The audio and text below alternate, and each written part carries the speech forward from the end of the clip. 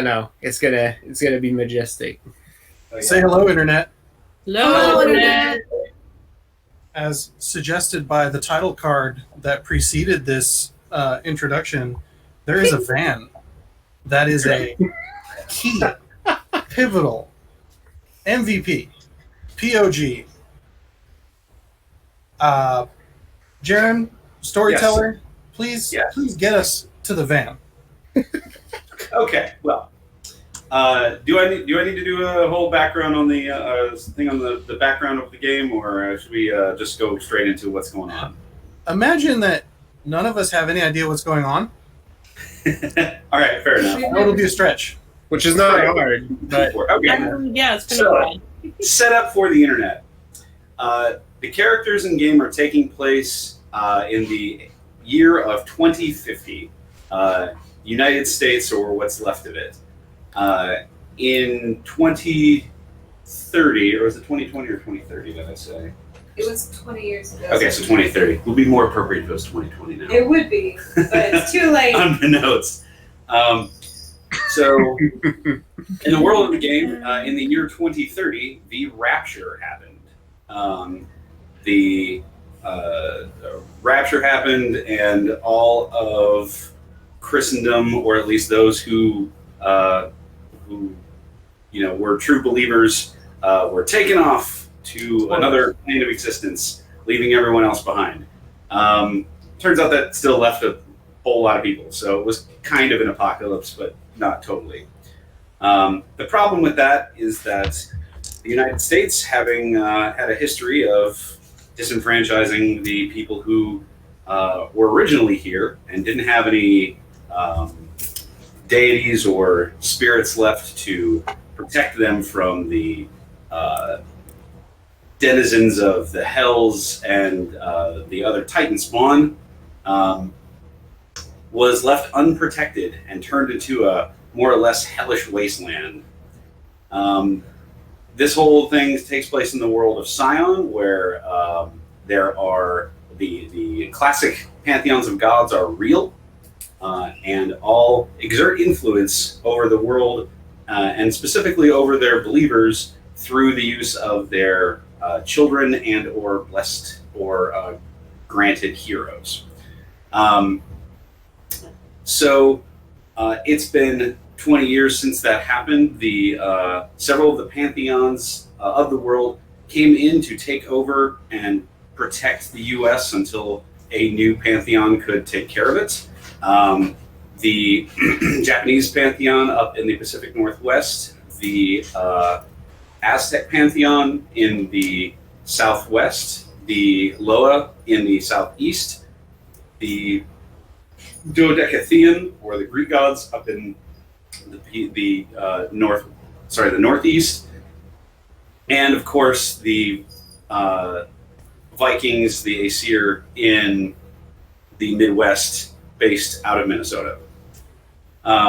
Vikings, eh? Yep. The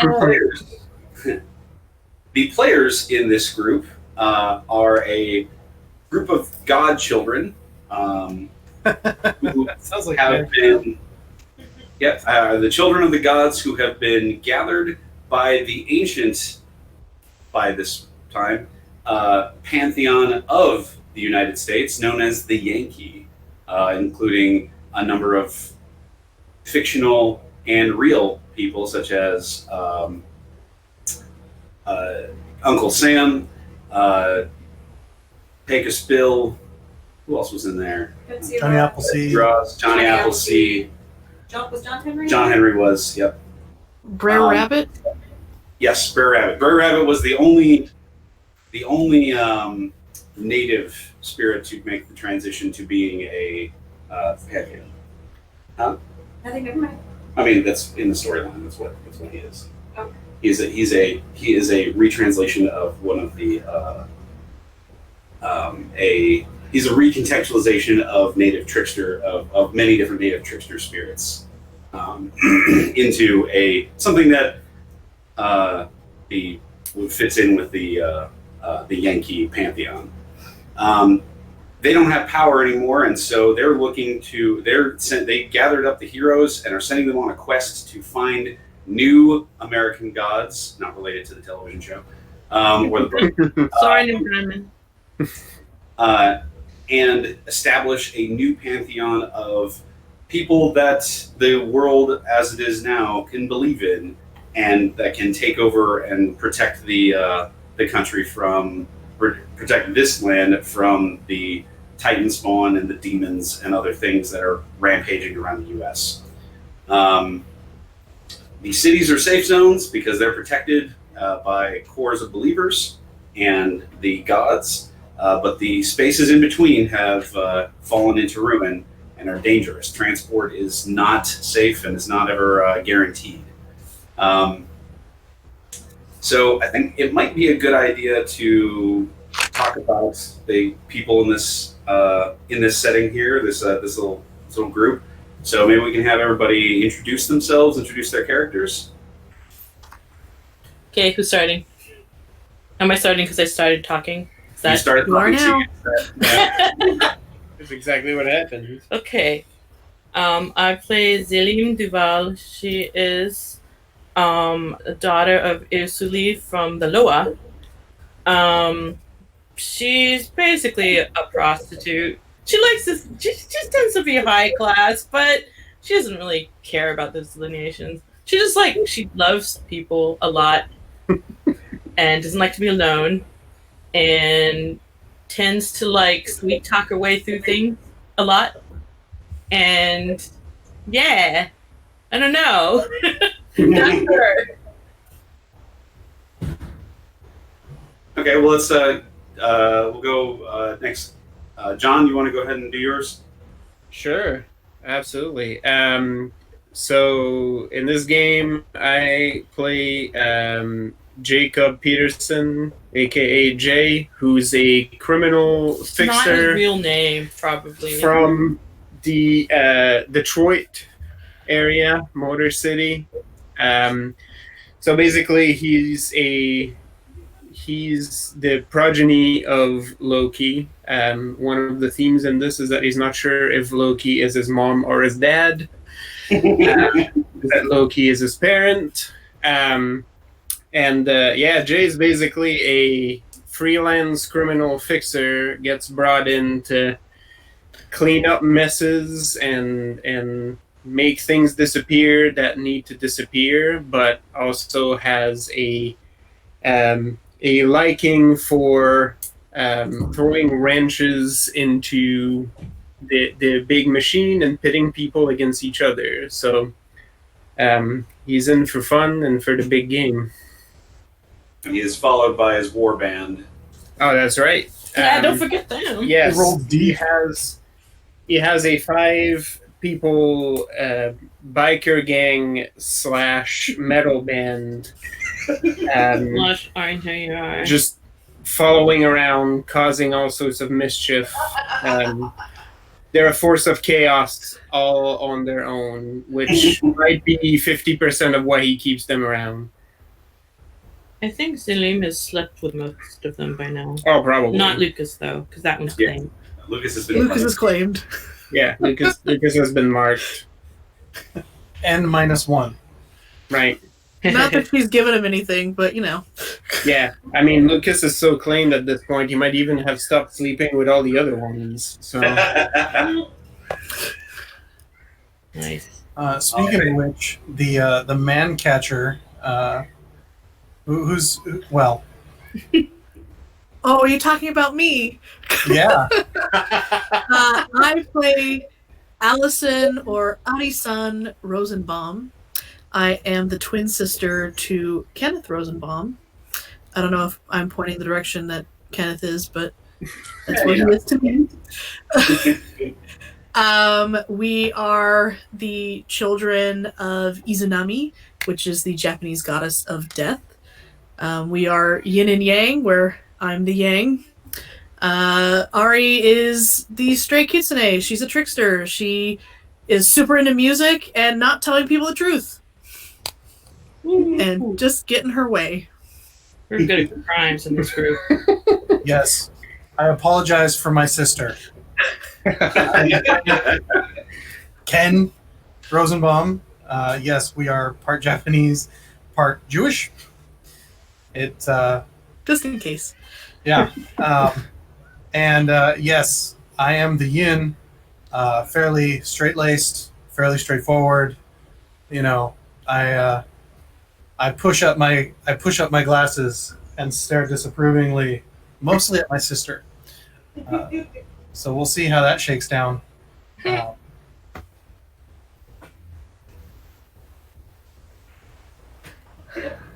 Was that it? Was that the end? For now.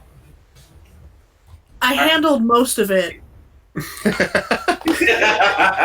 I mean, you are the Yang. That's shockingly like how it plays out. Yeah, no, she started it, and I finished it. As usual. Okay, I play Nate. He is a scion of Hades. He is the tsundere of the group. Oh my god, absolutely. He wants nothing more than to be super friends with everybody and for everyone to think he's cool, but he's very socially awkward, so the way that he deals with that is to be as aloof and stoic as possible. Usually smoking, puffing on his jewel, which gives him the ability to both see dead people and speak to dogs. Because he is better and more comfortable talking to than people. Also, he throws money at things. Right. Yeah, also he never runs out of money because his dad is also the god of wealth as in the king of the underworld. Has he ever gotten super high and mixed the two up? No. Because he doesn't smoke weed, it's just tobacco dab. I just like the idea that he suddenly sees dogs and speaks to dead people. That's perfect. I mean, admittedly, those are the two superpowers than any emo boy wish they could have. See the dead, talk to dogs. Yep. And Amanda? And I play Vanya, who is not supposed to be here in America, but fate had a different idea. She is of the Deva Pantheon, and she's a scion of Yama, which is the Indian god of death. Lots of death going around in this group. Oh, yeah. And strangely enough, she's the healer. But also... Also, she's badass. And also, like, the mom that cooks everything for everybody and always has food in her purse. Yeah. And she was trying to escape responsibility because Yama is not a very present parent, and they sort of forced Yama into, siring someone in the first place. And so it's kind of like, yeah, whatever, go serve fate, gods, balance, whatever. No, don't bother me. And so she kind of fucked off. She kind of fucked off to America and was like, fine, you don't want me, I will leave. And of course stumbled right into a group of scions and now is having a different fate, but it's the same fate, but she can't escape it. Same but different. Same but different. She'll try though. Right. But you got a better ride now. Mostly breaking faces and cooking samosas. Yep. Yeah. I love the fact that you have a Mary Poppins bag that is literally just filled with food all of the time. Food and Mostly weapons. food. And weapons, yeah. The weapons somehow stay separate from the food very neatly. And depending on who you are, that food could also be a weapon. Nice. People. Just saying. Any Right. allergies? I just imagine that every time you pull your weapon out of the bag, like none falls out. Like as you Yep. pull. You could possibly We're all right there ready. enemies because it smells so good. Like one of the comic frames, like with the BAM explosions of the Gatling gun she's holding. There's also non flying in the background, like behind the little. Nice. Her blades She has, are very Like curry bullets. Yeah. curry bullets. I have heartburn. I'd be so distracted, I'd eat them all. The smell's never gonna leave. That stuff stains too. Yeah. I got home, I got home like a half an hour ago, and it super smelled like garlic bread outside. And I Evil. thought he was cooking garlic bread, and then I came in the apartment, and it wasn't him that was cooking the garlic bread. No. And I got very sad. Jaren, you done fucked up. I mean, I make garlic bread. It's like, no, it's okay. Man, I'm gonna have to order garlic bread now. Damn. Yeah. So, all right, so that's character introduction. So let's go. I'll do a quick as I can recap of where we have gone from here. So, first session, the party was gathered in Washington, D.C., which is now just a blasted out, kind of Fallout-esque landscape, with the exception of the Lincoln of most of the Lincoln Memorial, and I don't know if the National Mall actually, if we said the National Mall escaped any of that, but the Lincoln Memorial at the very least was still intact. And they met with the weakening Yankee Pantheon, including a very terse Susan B. Anthony, who was not very happy to see you all for whatever reason. Neutral, I'm sure. Yeah, they gave you your mission and sent you on your way. Or sent them on their way. No, they sent us to a hotel. Yeah, that's true. They sent them to the Watergate. A scammy hotel. Rest up for the night. You get ready for their journey. On the way, they were attacked by bandits scavenging through the wasteland of DC, and they managed to. Well, they obviously managed to defeat the bandits, but also managed to become fate-bound to one Shank, a wannabe bandit lord, who now is questing on his own in the idea of trying to one day impress Ken-san, his senpai. What is me, senpai? Feelings! Yeah, they made it to the party made it to the Watergate, rested for the night, and in the morning were greeted with their chariot for this. With their choice of vehicles. Yes. That's right. You did have a choice of vehicles, and there wasn't really a choice, but there were multiple vehicles we could choose from. There was, I believe, there was a Hummer, and there was a few other cars, but primarily there was the van. The van.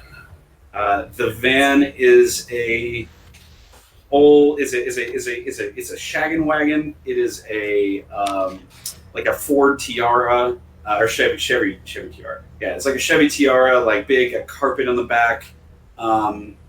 Has an 8-track, and it has it has an ever-changing set of airbrushed paintings on the side that depict those crazy, like Abraham Lincoln punching out or cage fighting guys, or Benjamin Franklin flying on a kite with lightning coming out of his claw or coming out of his hands, or Ronald Reagan riding on a raptor with a machine gun, that kind of stuff. Ronald Reagan riding on a raptor. Nice alliteration there. Yeah.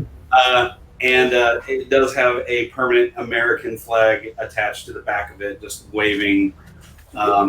It does seem to be slightly enchanted. The 8-track player on the inside plays all sorts of different types of music, basically any type of music people they want to come across, but mostly it's always classic rock. The map in the glove box has been known to have their way charted like a magical GPS almost, as long as they know where they're going. And it seems to expand and contract to make sure that there's always enough space for whoever or whatever needs to be inside of it, whether that's more people or a corpse in a box. The conceit that you can never fold it back correctly, so when you unfold it, you just find a new side of it. Yeah, right. Exactly. It's like, wasn't this a map of Michigan? No, I think it's... Why is Germany? That doesn't make any sense. We could drive to Germany in this van. Ari just I thinks it's a mean, monstrosity and she sure. refuses to be anywhere near it. Back over the ocean. In the second session, they left DC and made it through Pittsburgh. No, not Pittsburgh. Where were you from? Baltimore. Made it through Baltimore. Stopped by Ken's apartment to pick up Nate's apartment. Thank you. Stopped by Nate's apartment to pick up some supplies, and I found out he has a really swank bathroom in there. yeah, see that. The expensive water. Yeah, Nate's understated but exceptionally expensive apartments with like all the like. It's like, oh yeah, no, it's a record player, but that's like a $1,400 record player. You know, there's you open the fridge. There's bottles of water and some like meal kits in there, but it's all Voss. Like all the water's Voss. So, all of which was supplied by his father because Nate could not give a shit. yeah, because your dad ends up giving you the most expensive version of the thing that you want, even if it's. My dad won't leave me alone. It's a problem. And they left Baltimore on their way up towards New York City. Along the way, the van seemed to run out of gas, strangely, and they pulled over to a gas station where Vanya was at, who surprisingly, who also had some car troubles. Mysteriously. Yep. While they were pulled off to the side of to this gas station, the realities of the world kind of hit, and they encountered a group of stragglers and survivors who then immediately got attacked by a very large winged demon, including one poor young lad who got his head bit off. I just fed those people. Yeah, and another one who had gotten thrown through Vanya's windshield, wrecking her car. Lisa resurrected one of them as a zombie, and that zombie aided them in fighting off the demon. Vanya joined the crew, and the zombie went off to have more adventures of his own. Current headcanon is that he is with Shank, and they are part of the spin-off television show to this whole story. Yep. Third session, the crew made it north to New York. They did some investigation as they were looking for. They had their own reasons for being there, but they were also looking for Vanya's friend, Ashley, right? Is that correct, Ashley? I mean, I could dig for it. I have the sheet right here. Sounds right enough. On it. We'll go with Ashley. So they were, and that led them to a morgue and funeral home in Staten Island. Upon investigation, they realized that it seemed like it was the home of some sort of group of vampires. There was weird Tzimisce magic, or there was weird Tremere magic going on that had that was warding off the upper levels of the funeral home. Because none of our games cannot be not connected. Oh yeah, no. Yeah. Well, darkness. The sneaky Centaur cinematic universe. Oh yeah. They eventually got through the warding and discovered not only a whole sort of staging area, like a sanctuary for vampires away from the sun and everything, but they also discovered Vanya's friend Ashley, who had been obviously used in some sort of ritual. Apparently her name's actually Christina, according to my notes. Okay. Never mind. My bad. Thank you, Christina. I don't want to. That's fine. Quite funny. Yeah, quite wrong. Could have been her middle name. Right. I thought her name was Klaus, but I might be wrong. No, wait, Klaus is the good one. Strauss is the asshole. But is he a duke? No one's actually a duke. She is Been he who Duke is all this in the time. woods. Duke is not an actual title. That's just what you want us to believe. So they discovered Vanya's friend, who had been turned into a vampire, although still very low rank vampire, and had been used in some sort of ritual to enact the to construct the barrier that they had broken through. Once that happened, they also spoke to two ghosts in the basement. Or correction, Nate spoke to two ghosts in the basement about the vampires who owned the place, including one Fat Tony. One known as Fat Total. Yeah. And in the midst of all that happening, they were confronted by a security force, what seemed to be police, getting to them out front. In the midst of that, Nate did a real good job of trying to kind of throw them off the case, but unfortunately did not know the password, and they were immediately attacked by all of the quote-unquote police force, who all turned out to be ghouls, under the employ of said vampires. But we were saved. Yep. So the fight ensued. Everybody did cool things, and after the end of the fight, the one main ghoul seemed to erupt into a flurry of blood tentacles and crazy things, and was immediately struck by the shield of Captain America. And this man showed someone dressed up as Captain America, very much so believing that he was Captain America, came up and started talking to the group and offered them a place to stay, and had them meet him had them meet his boss the next day. On the next session, the crew went to the meeting place and met back again with Captain America, also known in this case as Peter Spakowski. And he introduced them to his boss, the man who gave him his powers, one Stan Lee. Excelsior. Yes. And all that. It turns out Stan Lee is one of the new gods that the Yankee Pantheon had pointed them towards, and that he has now been granting powers to people in the city of New York to serve as his scions, so that he can be a protector of this area of the country. Although he doesn't really know why yet, or that's his full duty. They met a few more people who have been turned into superheroes. Andrea Esposito, who is taking the moniker of Spider-Woman, and Samuel Theodore Danson, also known as Hawkeye. They relocated themselves to a penthouse suite in the middle of Manhattan, and have been working.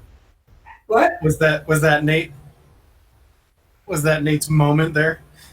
What? No, you named him Samuel Theodore Danson, so his name could be Ted Danson. Yes, and no, I think I had said that at some point or I another. didn't know that. Yes. I just that.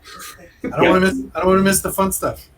No, his name 100% could be could be read as Ted Danson. His parents thought it was funny. Or STD, which is a little more sad. Not inappropriate. There you go. Middle school.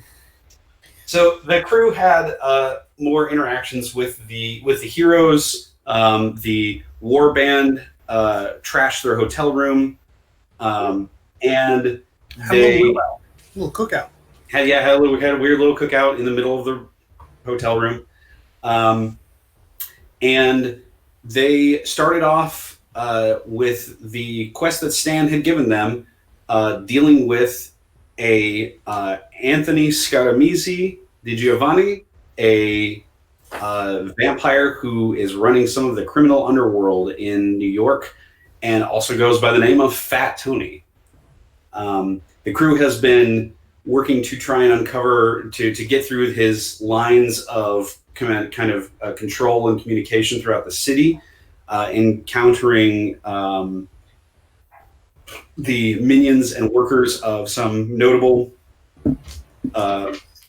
underbosses, namely Malcolm Landau, a arts and antiquities dealer.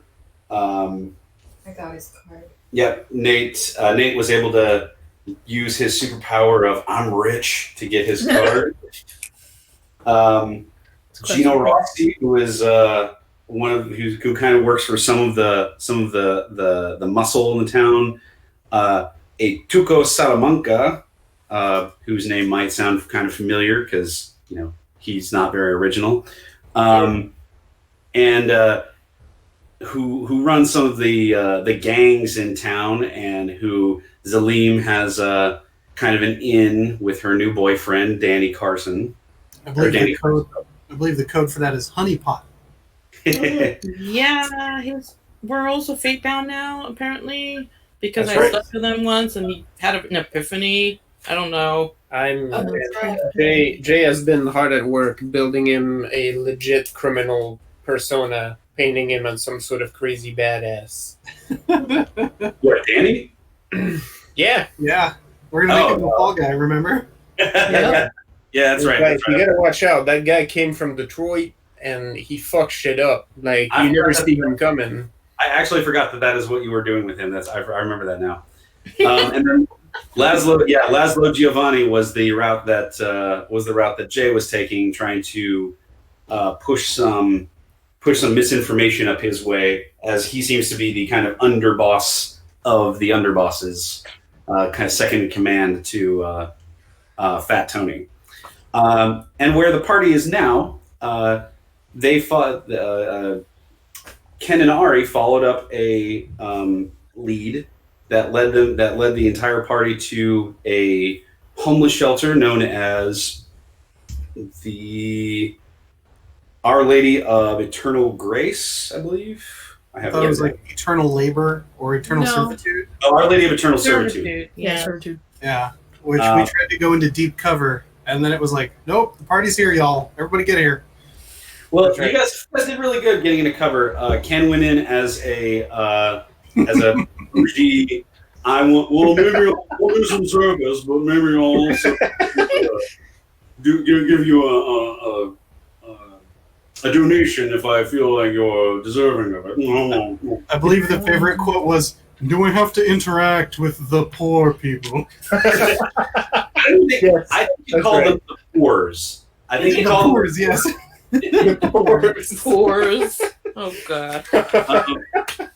And Ari and Zalim went in as undercover homeless people. Poors. Well, one of them did, but I am the saddest homeless person they've ever seen. yeah, you were very sad. You were a very good girl, and everybody was trying to take care of you and protect you. I mean, I was just acting like myself because, like, I've lived that life before. Yep. So, and they got to see kind of what was going on the inside, the inoculations that people were getting, the things that were getting. Vanya went in as I believe as a cook. You went to the kitchen to volunteer your services in the soup kitchen area. Yes. And got to see that they were making the chocolate cake with blood. Blood. Bum, bum, bum. Yeah, the chocolate cake was people, or more of the chocolate cake is vampire. And it seems they were uncovering a whole bunch of weird things going on with the homeless people in the shelter. While there, they encountered a one Mark Spector, who revealed himself eventually to be the legit Mark Spector, aka Moon Knight. Not a person pretending they're Moon Knight, but at very least seems to be just someone pulled straight from a comic book. But Moon Knight is generally pretty crazy anyway, so who knows? He does seem to have powers, and the group found another one of those weird barriers preventing them from going down into the basement. Jay used his magic and control of chaos to cut down the barrier again, and that led them into the abattoir beneath the homeless shelter where they were processing all of these people after making them healthy.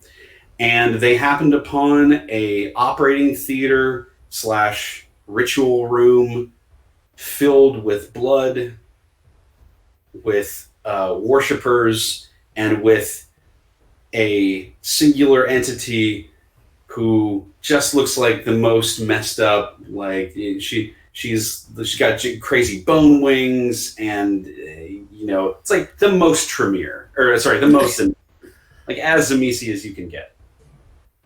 And that's where we left. That's where the party got to now.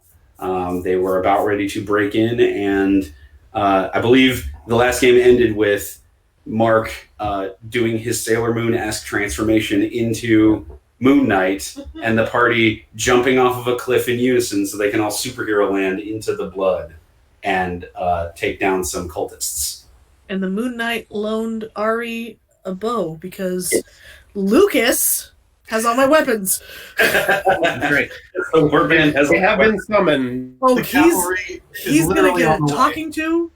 Yeah. But you do have a weapon. You do have a bow made of moonlight, and that's kind of cool. That's pretty neat. Which is It pretty goes well with her Sailor Moon Anime. aesthetic. anime as fuck. Yeah. Yeah. So that's where we are. You guys just jumped off of a ledge together and landed and did a crazy superhero landing in the blood. You have blood all over your shoes. It's really gross. It's like a couple inches deep. So yeah, it's sloshing around. Neat. And yeah, How do we roll initiative? I look that up again. Give me a second here. It's been so long since we've actually done combat that I don't remember. Wait, we kept putting it places. Isn't it pinned somewhere? Yeah, It goes for vampire. You roll a d10 and you add your or dex, whichever one is higher. It's Are how, we just using straight vampire rules then? it's how we would do it for vampire. Yeah. yeah. Oh, that's right. Because the initiative rules in this are really stupid. They're Oh yeah, like, because there is no initiative. yeah, Yeah. it's like a weapon. It's a no. We're using. That's right. We're using vampire initiative rules. That's right. Okay, which is roll a d10, Can't write anymore. and then I'm activated. Thank you. So I had a My- notebook that explained to me how It's wrong. combat works, and I don't know where it is now. I had all my stuff figured out, like specifically how it works to me. You need to do that. You'd like making it go back. So yeah, either dex plus wits, whichever is higher. Yes. Did we decide what epic does epic give you another +1 or? It should give you an extra +1. So yeah, it should give you an extra +1 per. Sorry, it should give you an equal amount of bonus to your initiative as it does the number of successes it normally gives you. So 1 dot gives you +1, 2 dots gives you +2, 3 dots gives you +4. And it goes up. I think it goes up exponentially like that. Cool. So I got Gross. 8. You got an 8. I rolled an 8. Okay. So Nate has 8. 8, Nate. Tony. 6. 6. Okay. You guys are. I have your old initiative on here. You guys are not doing as good as you did before. Yeah, I rolled a 1. Pretty much the worst you could do. Amanda. Give me a second. What was I gonna say?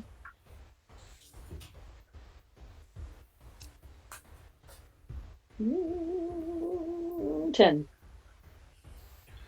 Okay. John. I got 13. Ooh, Wow. Ari also got 13. Nice. Sally. I got a 7. 7. Okay. I got to roll for Mr. Spectre.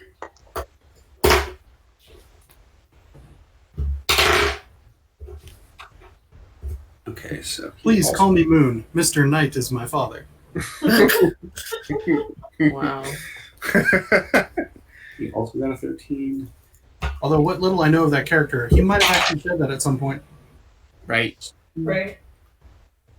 Come out here, Dracula, you fucking nerd. Where's my goddamn money? Right. Right. This is the classic. Who knows? This might inspire me to go check out some of those comics. That's unfortunately that is in fact a photoshopped Yeah. picture. That makes me sad. But It is not genuine. Moon Knight is a really cool comic book, and you should probably read some of it. His background like changes all the time because he's insane. Well, the random shit comic Guy. you linked, that one felt genuine. And it's a 4, so they got 6. Okay, cool. So the 13s all go first. John, Lisa, and Moon Knight.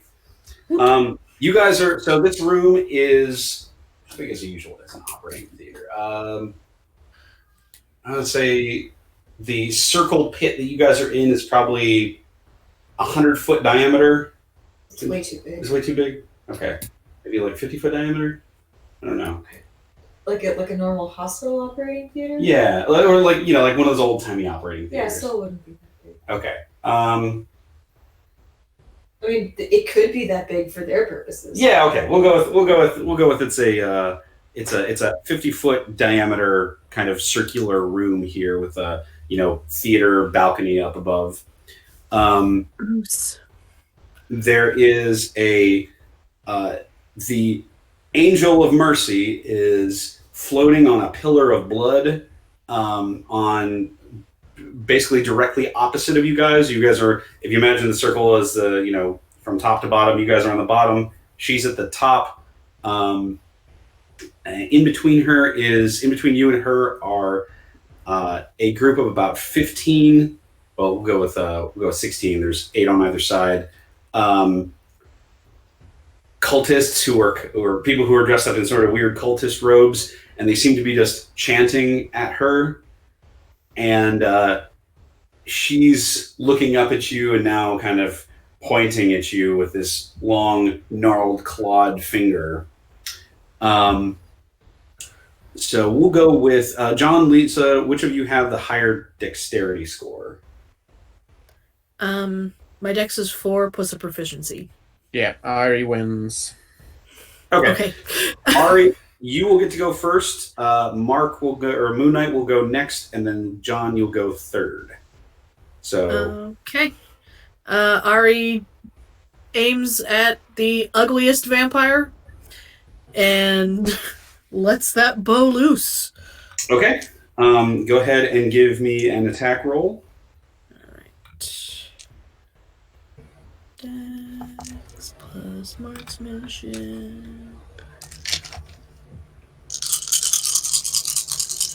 I'm just using the same stats as my normal bow, right? Yes, more or less. And a success is 6 and above, correct? 7 and above. Okay. 7, 8, 9, and then a 10 is 2 successes. Gotcha. Alright, so I got 4 successes. Okay. So you brace yourself on the ground and you pull back the moon string, and a bow of light, an arrow of light appears, and it launches towards her. And as it's coming up to her, she just kind of swats it to the side. But were you aiming at the lady or were you aiming at the people? I said I aimed at the ugliest vampire. Yeah. Okay, so the lady. Yeah. So And she swats the arrow aside and kind of hisses. It seems to burn her skin a little bit when she swats it, but it doesn't seem to catch purchase and do any damage. okay. All right. Mark goes next, and he rushes forward, creating a bow staff made out of pure moonlight, does some sort of fancy flip and brings it down on top of the head of one of the cultists. When he does that, though, the cultist kind of, well, the robe that it was wearing kind of collapses, and there's just a big splosh of blood underneath it. It doesn't really look like he hit anything, or that whatever he hit was mostly just blood or something to that effect on the inside. So wait, are these just blood things and not people? Like, Well, they haven't moved yet. okay. It seemed like it seemed like it destabilized once he hit it. Let me see. John, it's your turn. All right. Well, we got this big, gross lady. Jay pulls his knife out and basically gets as close as he can to try to get that lady's attention. Basically throws the knife, not so much as an attack, but just to gather her attention, so that when it comes back to him, he sort of looks directly at her. Mechanically, what I'm doing is I'm activating Fight with Your Head, which helps cancel 2 of her auto successes, either from knacks or from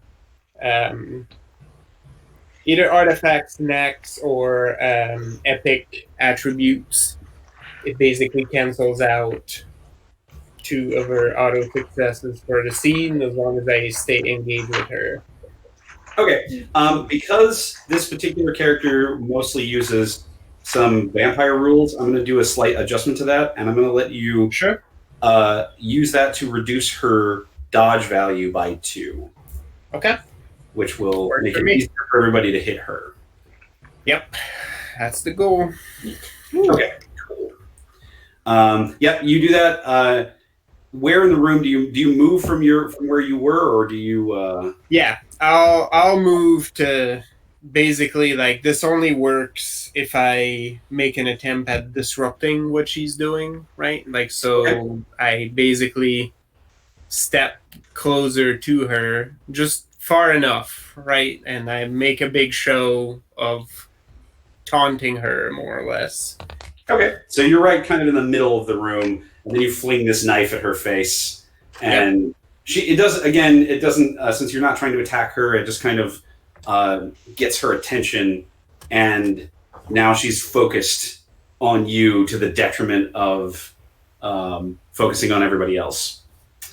All right, Nate, it's your turn. Nate pulls out his wallet, drops his mace or his morning star down, and For the benefit of people at home, Nate's special artifact is a wallet with a chain. Wallet. Oh, go ahead. Oh, it's a chain wallet that turns into a giant morning star. It's called the Spur of Tartarus. Love that thing. It's pretty metal. It is metal. It is And he is actually, so once he sees that, like, the one guy just kind of exploded, or like just kind of splooshed, he's gonna go ahead and use his slam attack with his morning star and just see what happens. Okay. There are the guys are split up. There's a kind of like an aisle up the middle. Mm-hmm. There are 2 groups of 8 on either side. Mark took the one on the left, so one of them on the left. So there's a group of 7 on the left and a group of 8 on the other side. And you can kind of target either with your slam. It'll hit pretty much everybody in one of those groups, but it won't be able to spill over to the other group. Okay, so okay, What I'm saying is you can hit about 8 people with it. okay. Dang. So I have to aim sideways as opposed to just in front of me. I mean, no. So like I said, there's a big group over here. There's a big group over here. Your group is back here. You would just have to slam down on one group or the other. If you slam down in the middle, I guess you could probably hit some from both of the groups. But That was the idea. Oh, was okay. to slam it in the middle. okay, yeah, that's To fair. see what happens. Okay. He's going to jump Gotcha. Slam. And welcome. Nice. Yeah, the soundtrack, every time this thing activates, the soundtrack from Space Jam plays. I feel like every time this thing activates, it starts playing like Mastodon. That's right. Nice. Proves. I also heard the drop breach. Yeah. Is it Black tongue, fuckers. what do I roll for this? Is it Oh, I strength forgot. plus melee or is it dex plus melee? Goodness, man, I forgot. It was a Whichever's higher. Right. what it actually does. All weapons are a finesse weapon. My Yep. favorite dog. Yeah. Even the most ridiculous blunt weapons. No, I think this was you just slam it and then everybody else has to save against it. Like I think it's just. Well, if they're all behind me, then it wouldn't. I mean, if they're all behind me, then they don't have to. Right. No. It's wherever the star hits. Everybody around it has to save against it or get Okay. slammed. Okay. So But I is believe it strength or is it dex for that? I believe it's strength for that. So it's For strength that plus one. it's strength plus your legend. Strength my legend? Yeah. Okay. For the slam attack specifically. Okay, there we go. For an attack roll, it's dexterity plus Plus melee. melee, but- Yeah. Okay, that's what I was trying to remember. I was like, I know we did it with the same. Gotta wang the chain. 2, 3, 3. Okay. So you pull out your chain. Wait. You- What does any of this mean, though? that's just when you do normal attacks. Oh, never mind. Yeah. Okay. Because normally the slam doesn't even normally do damage; it just knocks everybody down. But these things may or may not just be piles of blood. Might, yeah, so. probably. So, so you do you pull out your chain, you do a crazy flip whirl in the air, spinning your chain around you, and slam the mace down into the middle of the Star of Tartarus, down into the middle of this group, and Megan, the theme music for it is absolutely Fleetwood Mac's The Chain. The chain. Got that sweet fucking intro, and then that bass just doom, so good. It's the best. Break. It's a weird stalker song. I guess that fits. okay. So the chain comes down and splashes down. Blood splashes everywhere, like it erupts like a geyser underneath this thing. Gosh. And it pretty much scorches 7 of them. They just destabilize. The robes fall to the ground. The one that doesn't, the robe flies off of it, and actually the rest of them, the robes kind of decide to just fly off. And you can see that they're vaguely humanoid-shaped things that are made completely out of this black streaked blood. Do they kind of look like the guy from Hellraiser? No, they well, I mean, The body, Frank. you know, I know, maybe a little bit, but they look a lot more. Give me a second here.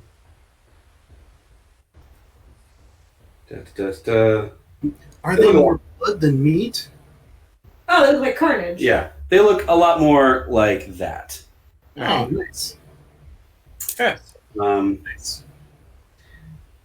Which Nate would recognize. Yeah, they do in fact look fairly like oh, she's pulling this inspiration from somewhere.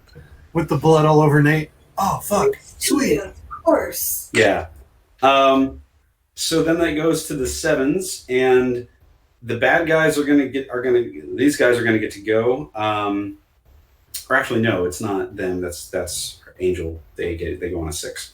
So Angel's gonna go, and the Angel is kind of just like looking down at everybody. Well, she's now focusing on John, on Jay, and her arms, her hand just kind of lashes out at you, and her arm kind of detaches and flies out at you like a blood tentacle and whips it. What's your dodge value? What's your DB? Your defense value? 1 second here. I will tell you this. Bad anime. Bad anime. I had activated untouchable opponent. So let me just check how that affected it, and I should have checked that ahead of time. I apologize. I will also be activating untouchable opponent because Jay and I seem to. Jay, I, and Nate all seem to have the same abilities, even though we're different characters. That's right. That will. Don't worry, that'll change. Okay. Oh yeah, sorry. Oh, I'm about to spend all my XP like in the middle of this fight. I've been banking this entire time, and I'm like, oh, That's I can right. really buy all those dots? Yeah. At about episode 3 of the fight You is when suddenly Ken should power spend up. his XP. Well, it's a shonen battle anime, so you have to pull some powers out of your ass. That's right. As you get up for the 5th time. No, I won't give up. Lucky night. Yep. Okay, so my dodge DV. Oh, Put it may not something actually. Don't worry about it. Well, you can figure it out, but don't worry about it because she 100% botched that roll. Okay. Wow. Which is her Well, I will figure it out before the next round for sure. Not actually a Crafted. dodge skill, is there? No. How do you calculate this It's thing then? it's DV. Yeah, I know, but like, how do you get the points? So it's like Thaco. Yeah. Stop it! No, it's not. A little It bit. Well, I know. I mean, it's like you Yeah. have things, right? But Yeah. it's dexterity and something. Or is it just dexterity? I don't know. I have a 2 down, which doesn't seem like a lot. Yeah, But it's like it's- half of Yeah. Yeah? Yeah. We'll figure that out. So I'll find the exact rule. Yeah, you're right. It's like half of your dex plus your like. it's a fairly it's not actually that hard to figure out. It's just that it's the equation is not like intuitive. Yeah. I am open to the page. Oh, there you go. Dexterity plus athletics plus legend divided by 2. There we go. There it is. Damn. Yeah. Wait, I should And have then, some and then your epic dexterity adds to that after Yeah. you figure out the equation.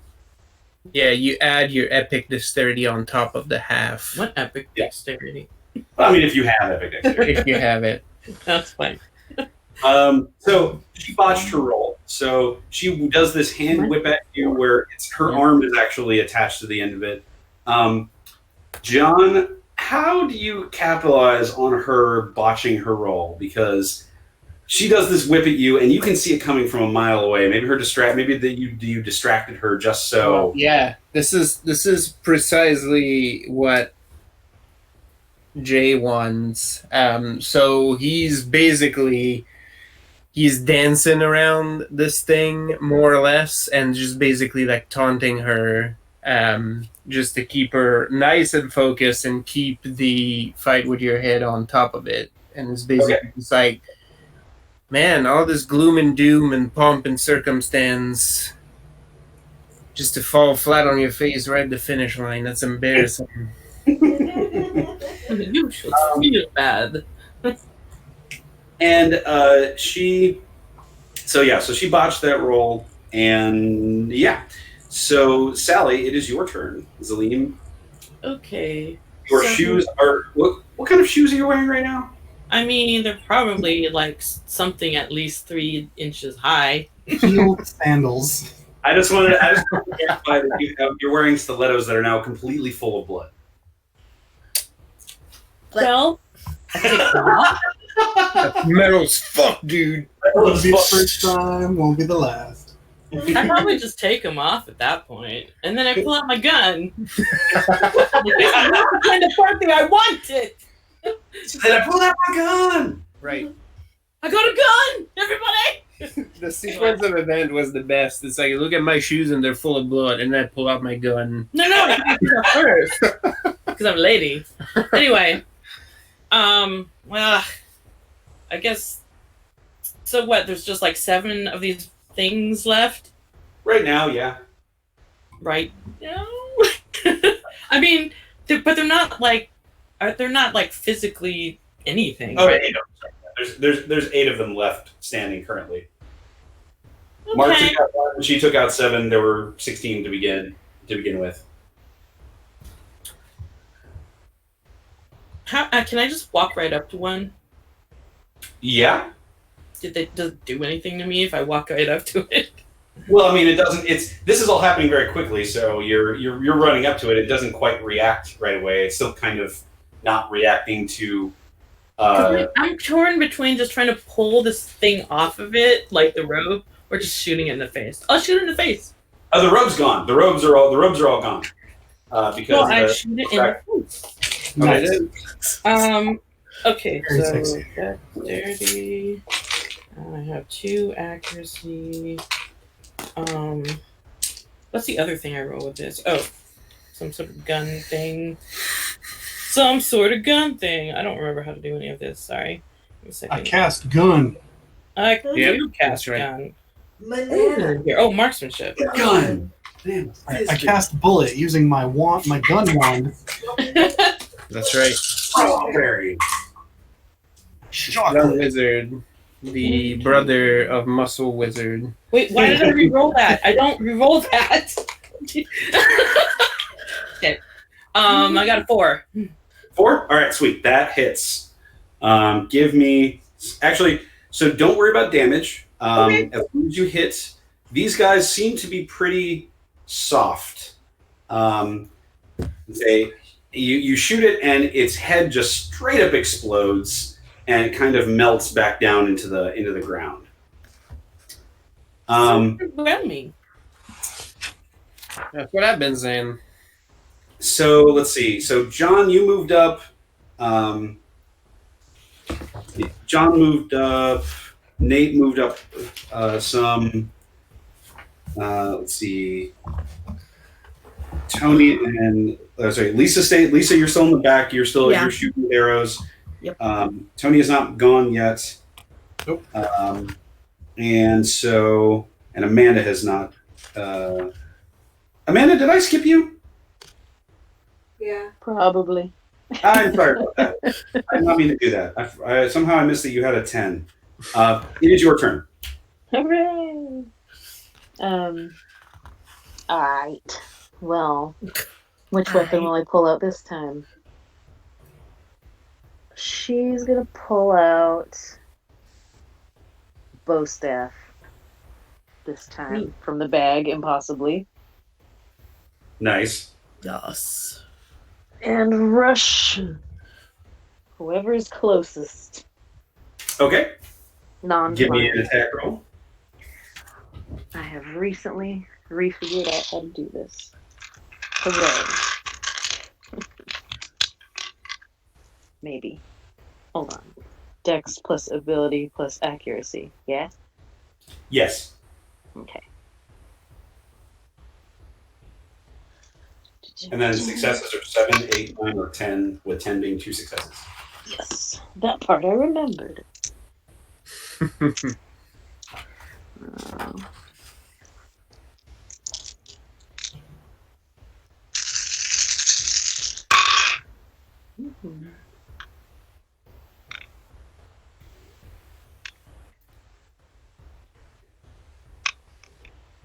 That is 6. Okay, that definitely hits. How do you just bring it down on top of it? Do you poke it with it? What are you doing with your bow staff? Right in the gut. Okay. You poke it through the gut, and it comes out the other side. Your strength causing it to just kind of explode the top half of the of this weird blood golem thing. Yeah. Yeah. But it's as soon as that happens, it's their turn, and the blood golem things obviously now notice that everybody's there, and they explode into a frenzy of tentacles. This again seems like you guys recognize this as basically the exact same thing that happened before when Cap saved you with his shield. Only these guys look a little bit smaller. So everybody that moved up, so basically everybody except for Tony, Lisa, and Sally are going to get attacks from these guys as they whip out with their tentacles in kind of a haphazard, crazy fashion. Not okay. Woo. Quick question about Yes. dodge value. Would you round Yep. up or down when you divide by 2? I believe you. I'll say you round up, and then we'll look at the book later. Okay, the book did not have it, so that's Oh, fine. okay, fair enough. Okay, So I'll go with round up because Okay. it's better for you guys. Okay, so Nate, What do I need to? you don't need to roll anything. You just need. Oh wow, he definitely hit you. Well, maybe I don't know. can't dodge? No, I just need to know what your dodge value should just be what I need to hit over to. It's 5, and then in parentheses it says 7L with an asterisk. And then something else when you activate your ability. Which ability? The one that gives you extra the untouchable opponent thing. Oh, I do have that activated. Yeah. So you have a 7 right now. Yeah. Okay. So 1, 2, 3. I forgot Four, to know oh, what wow, the no. asterisk means. No. That guy rolled really, really good. He got like a 10. He got 5 successes, but you do that crazy like twirl jump underneath all the slow motion. I have a touchable opponent and cat's grace. So Yeah. I'm just like, just try Yeah. me, bro. So you matrix your way through the John. Yep. So that's again 5 successes. These guys are rolling really well. All right, my dodge DV is 7 right now. Okay, so these guys might not actually hit you unless they crit a whole bunch. All right. Let's see, Amanda. Nate and I are just cartwheeling in the blood pool right now. That guy just straight up failed. No successes. And she says, And- too slow. Mark. Okay. Okay. So that misses Mark's DV as well. So these guys flail out with their tentacles, flailing all over the place. Kermit flail. Yeah. Any tentacles that get close to the walls, you see these tentacles are like carving, like they're carving scrapes in the walls. You don't want to get hit by these, but it doesn't seem to be a problem for any of you guys. So, and then it's Tony's turn. As he goes last initiative. Yeah, I will spend that 1 legend point to activate the untouchable opponent because I'm up in it, and yeah, I want to help with the cleanup. So I'm basically gonna do some rad like 8-bit katana draw strikes. Okay. Just moving from target to target. Okay. So yeah, so closest tentacle blob. I guess I roll that sweet Dex plus melee. Yep.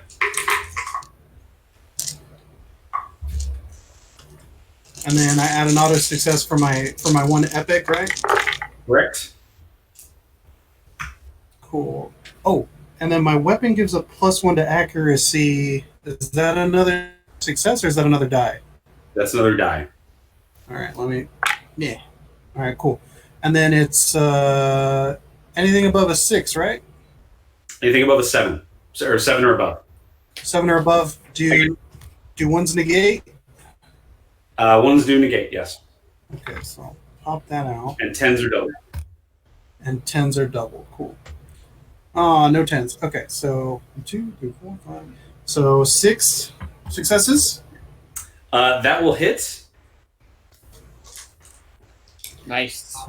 and that one you just straight up you slice through and do your slice through, resheathe, and then it like kind of Slice through, quick away the blood, Oh yeah, and then the resheath.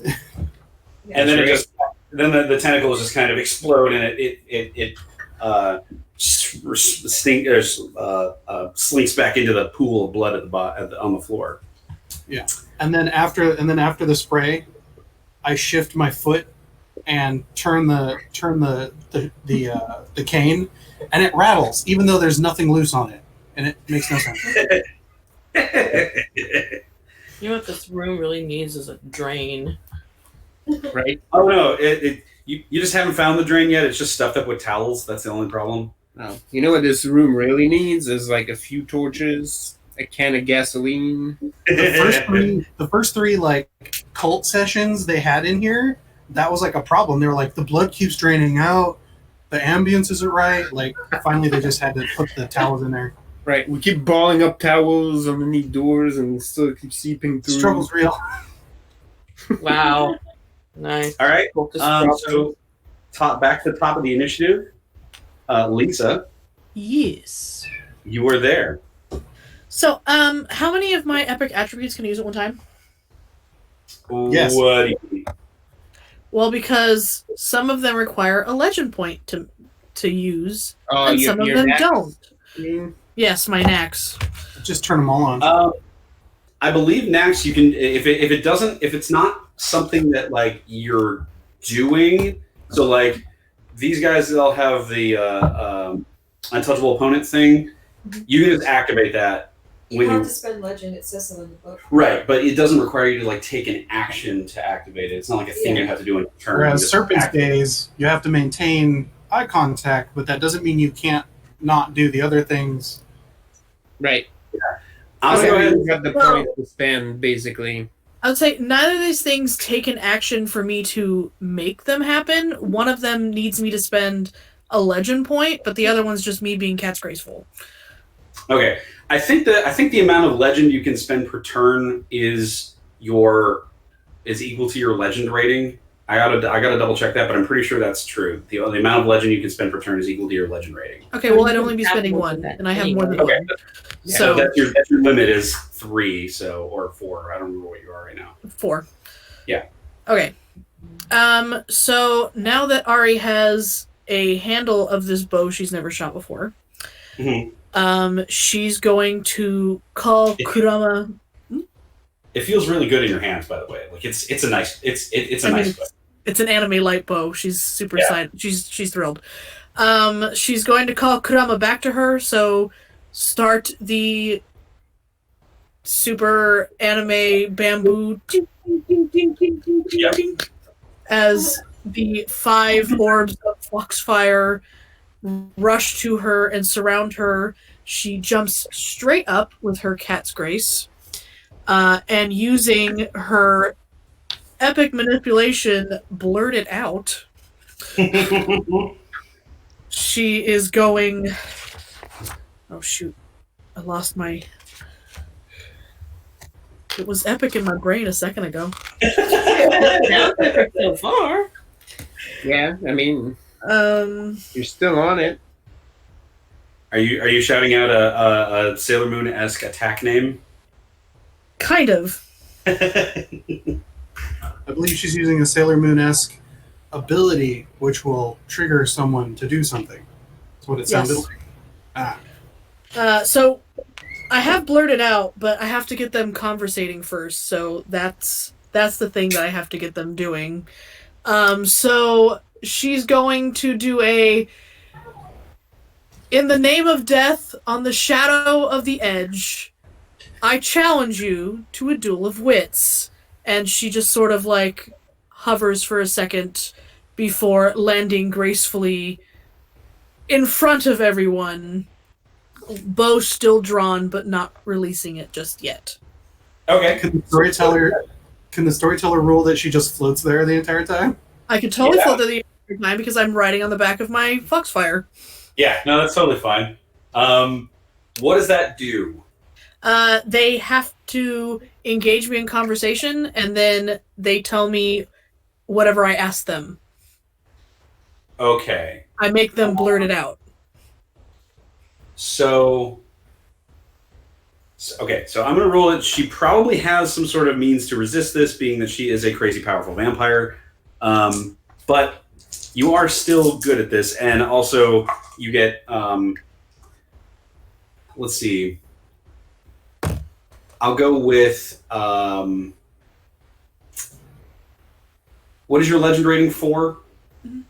And what's your charisma or your it's a manipulation. What's your manipulation rating? Is 4 with an epic. Okay, so 8, and then we'll go with because you're doing this very cool. We'll call it a stunt, and we'll give you a +1 to that. So +9. That'll be 9. So she's going to have to roll 9 successes to resist this, which is really unlikely. So.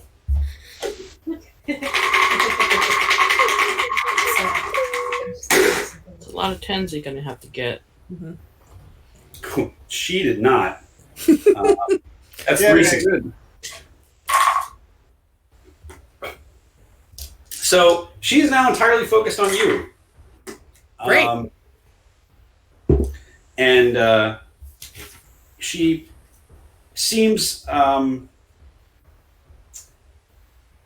amenable to conversation, although you can still see this like kind of fury burning in her. You actually are now getting a real good look at her, and you notice that her facial features are all just off, kind of.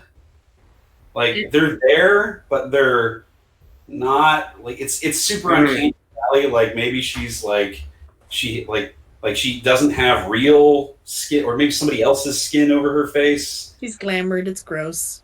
Yeah, it's real creepy. It's kind of hard to look at, honestly. But yeah, she's very totally focused on you, and I will say, at least for the next turn, she will not be able to take any actions. Do I get to make her blurt it out, or do I have to wait till next round? Oh no, you can make her. You can. Well, what do you want her to say? She's gonna have to wait until her turn to actually talk. But under the name of Izanami, tell me how to defeat you. Okay, fair enough. Worst battle of wits ever. Tell me your secrets. Thank you. That's a pretty good battle of wits, especially if he can't resist you. Yep. Okay, John. The focus has been taken away. That arm is still kind of just dangling out there. She's still debuffed from you. That hasn't been taken away. Your turn. Yeah, it is your turn. Okay. No, Bella. You all saw Bella last night, and now it's JC's turn. Oh.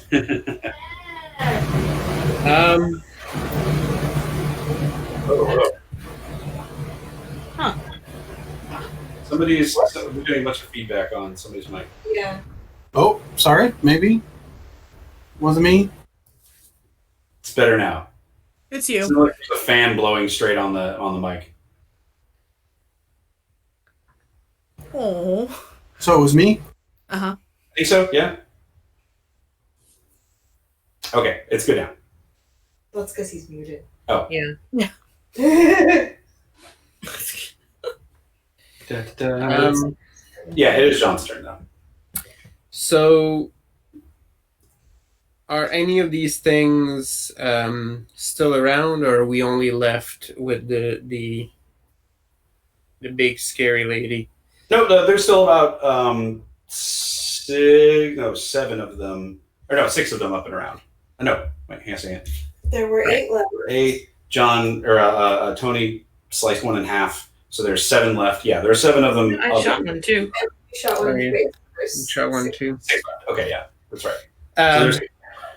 So Jay would not take any actions that would potentially disrupt Ari's hold over this creature. So he's basically he's being a pest to it, in the sense that he always is moving in the most inconvenient spot for her to be around, just forcing her to shift back and forth. As he takes a sidestep, just not even looking, he's basically extends his arm and let loose his knife at one of the creatures. Might as well try to be useful and try to take another one down while I'm keeping this thing busy. Okay. Yeah. All right, go ahead and give me an attack roll. Okay, how about now? Any better? It sounds like there's a window open and it's blowing right on your mic. It's annoying. Which is I weird don't- because it wasn't doing that earlier. yeah. Yeah. It's not doing it right now. Yeah, I don't hear it right now. Yeah. Let me know if it crops up again, because we do have all the things on. So I'll play with it some more then. So anyway, I started blasting. I blame my wife and our cat. When I was shouting at them, it prompted it to try and start picking up things all from in the apartment. That's a 6. Okay, that will hit. So are you throwing your knife at these guys, or are you? Yep. Okay. Yeah, you Basically- throw your knife through one, and it boils the blood away as the magic blade passes through its body, and it collapses and destabilizes. And as I grab the knife back again, just moving to annoy this creature and force it to move awkwardly. But I'll just whisper to Ari, if there's anything you need me to do, let me know. I'll hinder it for you.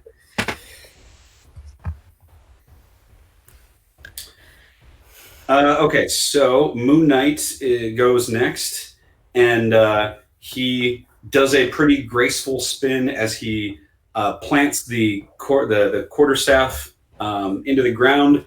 Does kind of like a pole vault thing overhead and slams down through another one of those guys, or at least tries to. Let's see if he fails. Let's see if he succeeds. Let's see if he fails. Yeah, these guys are minions. You're supposed to be chewing through these guys pretty well. I feel like he's humming the Sailor Moon song. He does it. Killing vampires by moonlight. Nice. Yeah, he splats another one. And yeah, that's good. So there are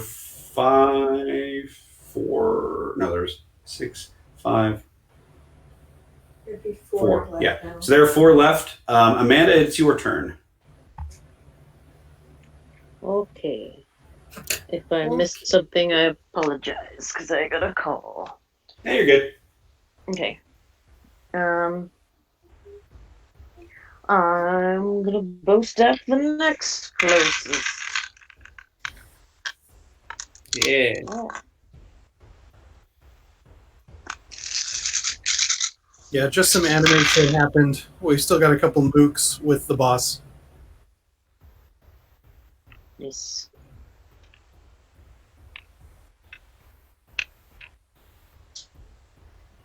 That's 6. Okay, that hits. And you. I'm gonna go for the I assume face you're- this you're- time. What's that? I'm gonna go for the face this time. Okay.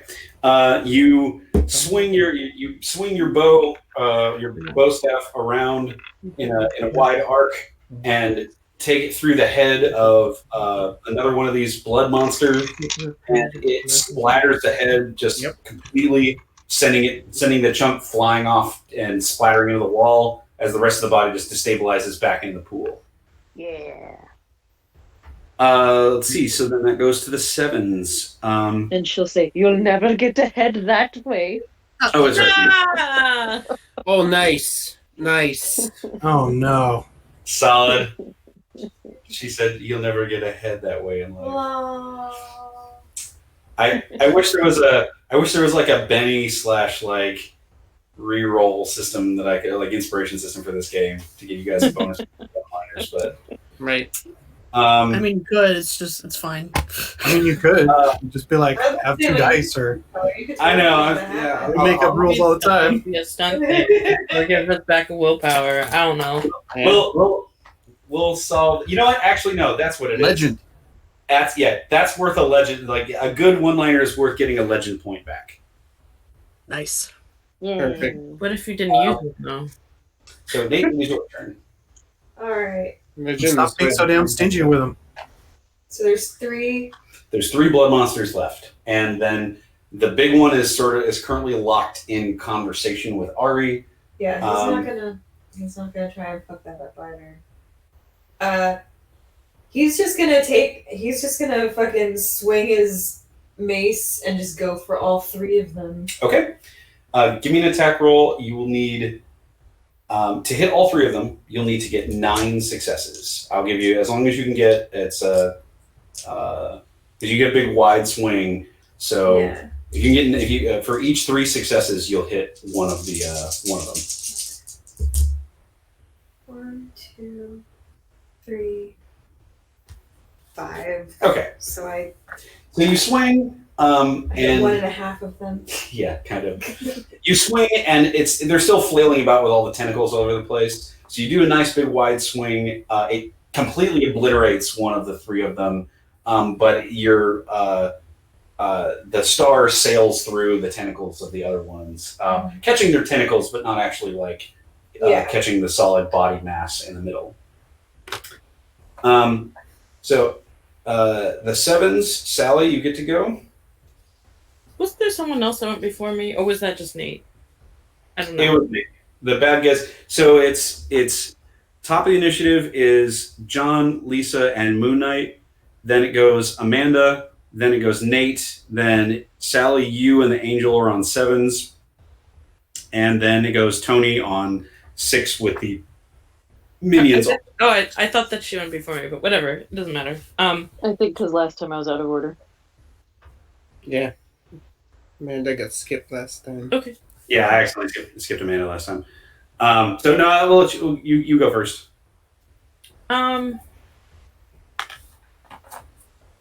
There's 2 left, right? Yep.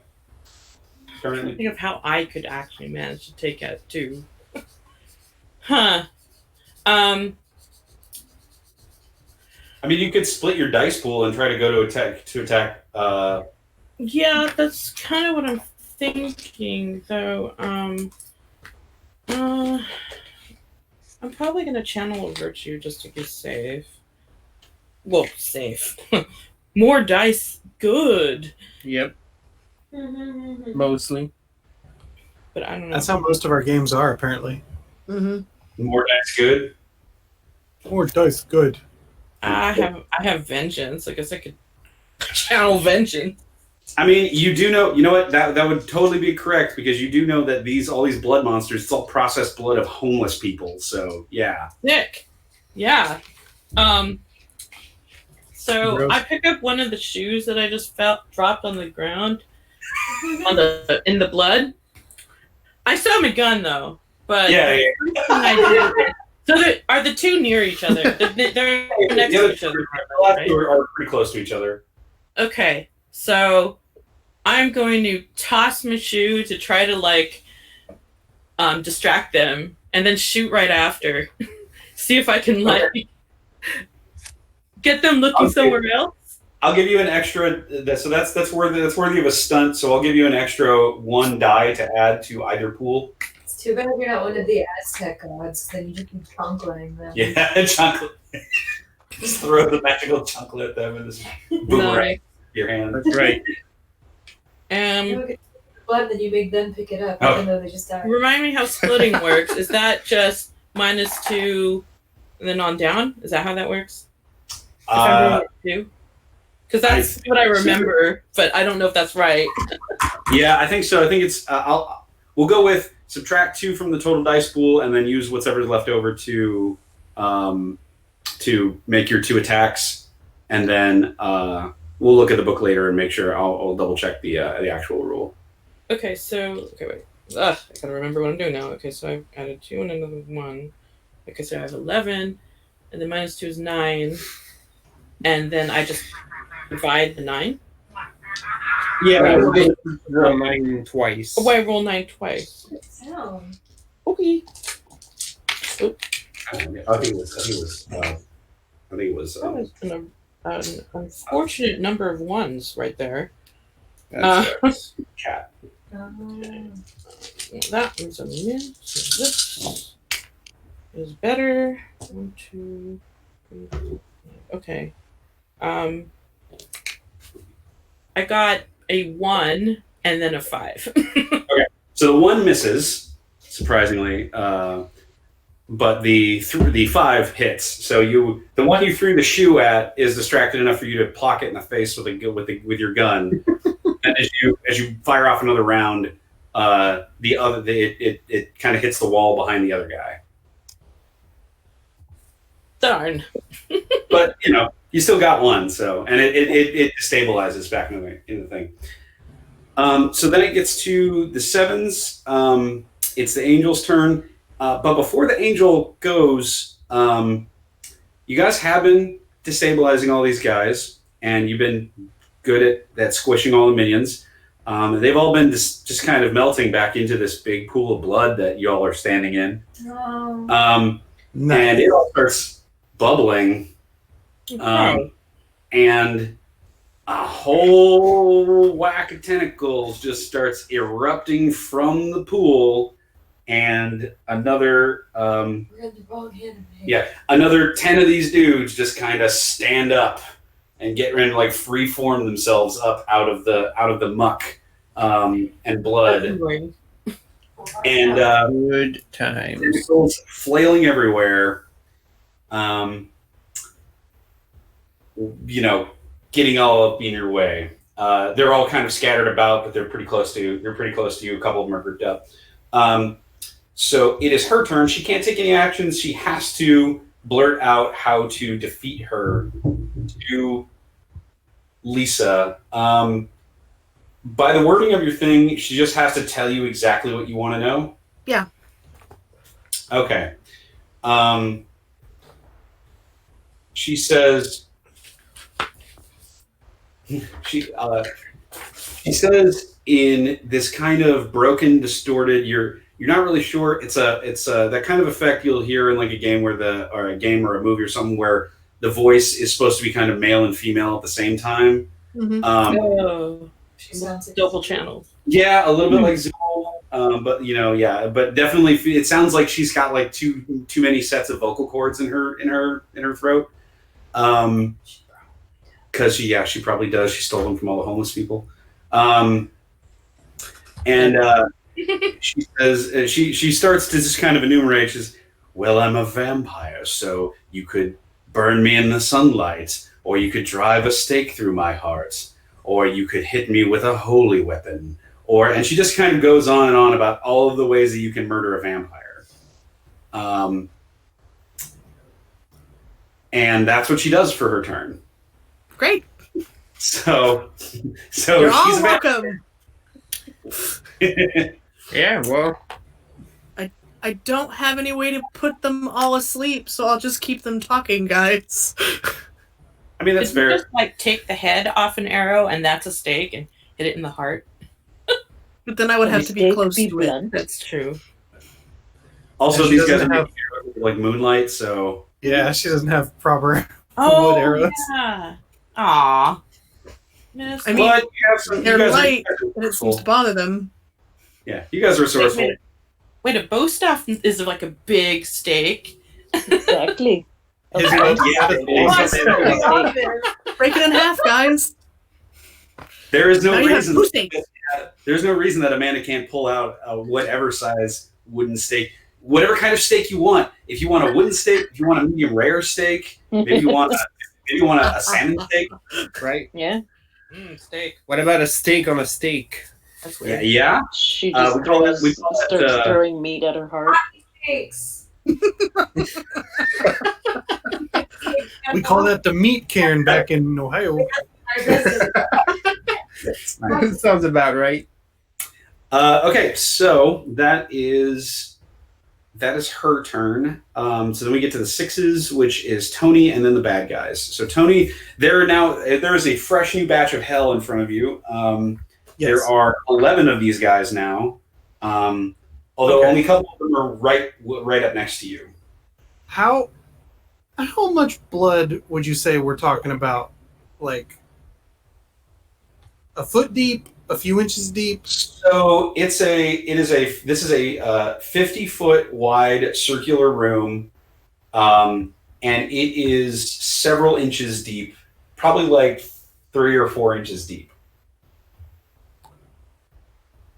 I don't know volumetric calculations for a cylinder off the top of my head, but it's a lot of blood. I mean, it's the area of a circle times the height, right? Okay, now I'm gonna have to Nerd. Not sorry. Pretty sure it's pi r squared, but Nerd. what? I like math. I know you do. Volume of You cylinder. like your statement. I think to do what I wanted to do, I would need to spend all my legend. So maybe not. I just saw that picture you posted, Megan. Nice. Aw, live dangerously. Do the thing. I mean, I'm tempted. I'm really tempted. Jaren, would you say that there is approximately 12 cubic feet of blood total? There is Very exact. more. I would absolutely say there's more than 12 cubic feet of blood total inside of this room. You know, I'm just gonna like. Are we thinking a lot more or just like a little less more? I'm thinking a lot more than 12 cubic feet of blood, but I really right here. I'm thinking about a 50-foot room, 4 inches deep of blood is like. Now I kind of have to figure exactly. Okay. So the math I I was calculator. doing in my head was that if it's 50 feet wide, and if it was a foot deep, then that'd be like 50 times 1. That's 50 cubic feet. So if it's only like 3 or 4 inches, that's half to a third of the 50 feet. So that's like 25, 12 and a half. So that's why I was like, maybe. I have but like. That's my napkin math. 3,140. All right, Jaren. Here's what Tony wants to happen, but I don't think it can happen. So, in an alternate reality, which may or may not be this one, Ken kneels down and puts his left hand into the blood, and pulls out his pocket watch with the other,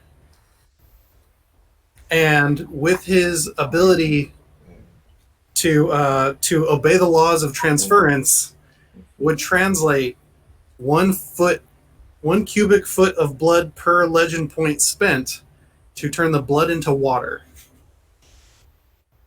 Interesting. Okay, so quick math using some sort of calculator here basically gets it to around 980 cubic inches of blood inside of this room.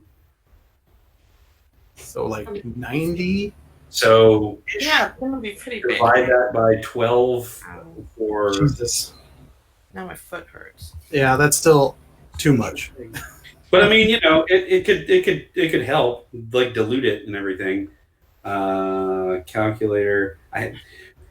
Welcome to this game, the internet. We are doing volumetric calculations. Well, this is what happens when you try and do actual physics on anime bullshit. So Yep. Yeah, why are you doing that? No.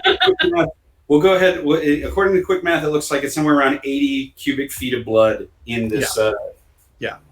In this thing. Yep. So as far as my experience has gone, this is fucking role-playing games in a nutshell right there. I mean, at least I'm fine doing this with math and like these kind of things. As long as it's not actual, just straight up rules arguments, then that gets weird. But Right. No, I mean, but it's basically like let's calculate the surface of a cylinder so I know how much blood I can change in water. Volume, though. yeah. Okay, so that's a thing. So I mean, you can still try that. You can still transmute some of this into water if you want. I've got 13 points. Like I can drain myself and Now make a Wait, puddle. You don't gain those back like super quickly though. No, yeah, you don't gain those back until you don't get those back until the story is over or you do something crazy. So I know. Yeah, that's why I was like, I'm willing to shunt a lot of them into this, but no.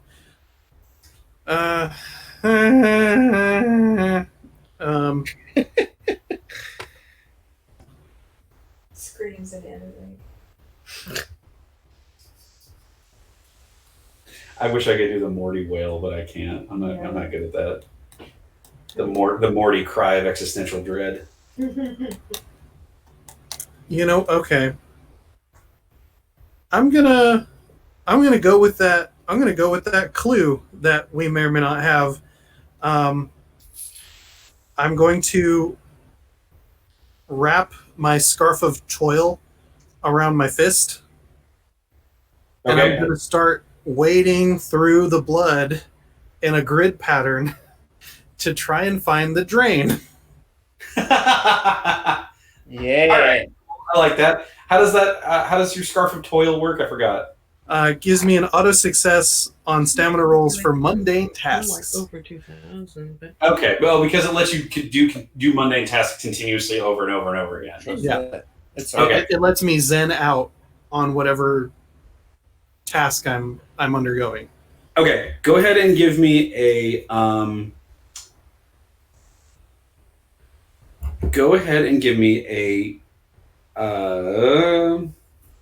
I mean, the default is stam, but if you want to go ahead and give me the auto for whatever roll, then... Well, the stamina, that's not actually going to come into play right now because the point of the toil thing is that it's for you doing continuous research over and over again, like not getting tired. Right, right.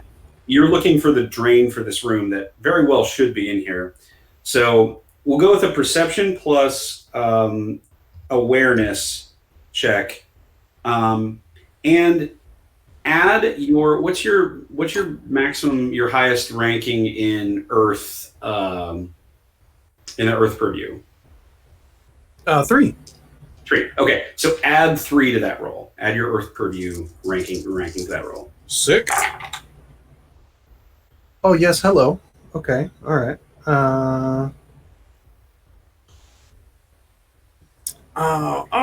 So no epics, but 4 successes. Okay. Nice. So here's the deal. On the auto. You zen out a little bit, and you start kind of like moving through the thing, and you tough a little bit, where you're kind of like you're searching, and you can sense that the ground beneath you has been manipulated in some way. The stone work of the building has been manipulated in some way. And you are able to find your way to a spot near the center of the room that looks like it should have had you can feel beneath your feet. You can't see it because of all the blood. But you can feel beneath your feet that it should have opened up into a rather large drain with a grating over it. You would assume there would have been a grating over it. But there is a pretty big hole that has been covered over by stonework. That would open up to the drain to this room. You think you might be able to, do your thing and get it out of the way, but you won't be able to do that this turn. You'd have to wait till the next turn. Then as a free action, I will have that pause over where the drain would be, as I slowly unwrap the scarf of toil and start pulling out my pocket watch, and I shout to the rest of the crew, take down the bloodlings so I can drain this place. Okay, that comes to their turn, and there is one close to pretty much everybody this time, even the ones who didn't move up. Lisa's floating in the air, so they're not close enough to Lisa to get, but they're close enough to get everybody else. So they 1, 2, 3, 4, 5. For some of you, it's just not even the rule is that if your DV is twice the dice pool, then they just can't hit you. But none of you are quite there because their dice pool is 5. So. But none of you quite have a 10, but a lot of you have 7s. Which I forgot what that does. It makes it so that other people can hit us. Yeah. If you are actively in combat and not hiding, you just whoosh whoosh. Yeah. Everybody's in the Matrix. Okay, so Nate, that is 2 successes. What is your dodge value? It's 7. Oh, yeah, right. Then he totally. Yeah. You just. Actually, there's 11 of these guys, so a couple of you guys are gonna get swung at twice. Oh, you're one of them, okay. So. It's fine. I hit it instead. Yeah, that guy botches, and how you, that guy like double botched because he rolled 3 Right. ones. So how do you take him out? Because these guys, like, one's flailing its tentacles at you, this another one flailed its tentacles at you so badly that you were able to counterattack. He just swings the end of the chain, not the part that has the actual morning star, but like the counterweight. Yeah. Like the little ball on the end of it just goes plink. All right, so yeah, it flails its tentacles at you. You whip the back of your chain around and it just splits it down the middle. Just Nice. Tony, since you are concentrating, I'm going to give you a minus. I'll give you a -2 to your DV. Okay. What is your DV right now? It's currently 7, so that would bring it down to 5. Okay, so he still missed because he only got a 4. So you're still, even when you're concentrating on shit and like at a disadvantage, you are still faster than him. That's 3 of them. There's 7 left, so 2 of them are going after Amanda. Amanda, what's your dodge value? 5. Okay. Oh, this guy actually hit you. He rolled 2 10s and a 9. So he actually hit you. So he does 5 points of lethal damage, which you can soak with your stamina. I just figured all that out. Let's see, my someone soak is got hit. 5. So, So go ahead and roll your stamina to soak.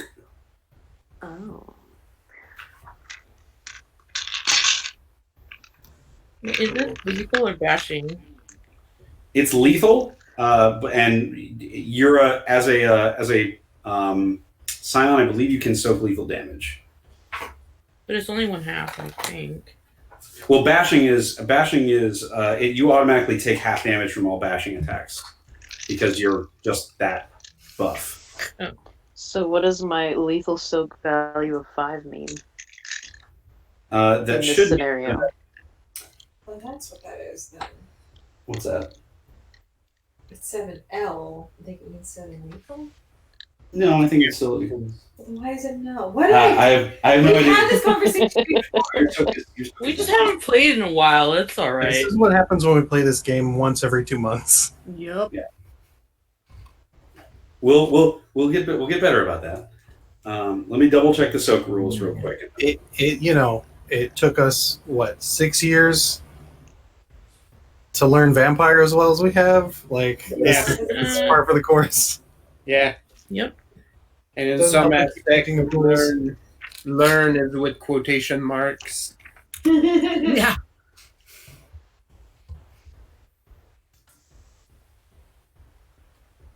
Okay, even naked characters bashing soak equal to your stamina. Science and other supernatural beings also have lethal soak. Oh, lethal soak equal to half their bashing soak, rounded up.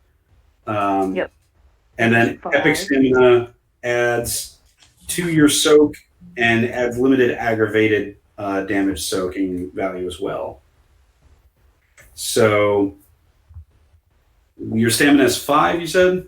And my lethal soak is 5. Oh yeah, okay.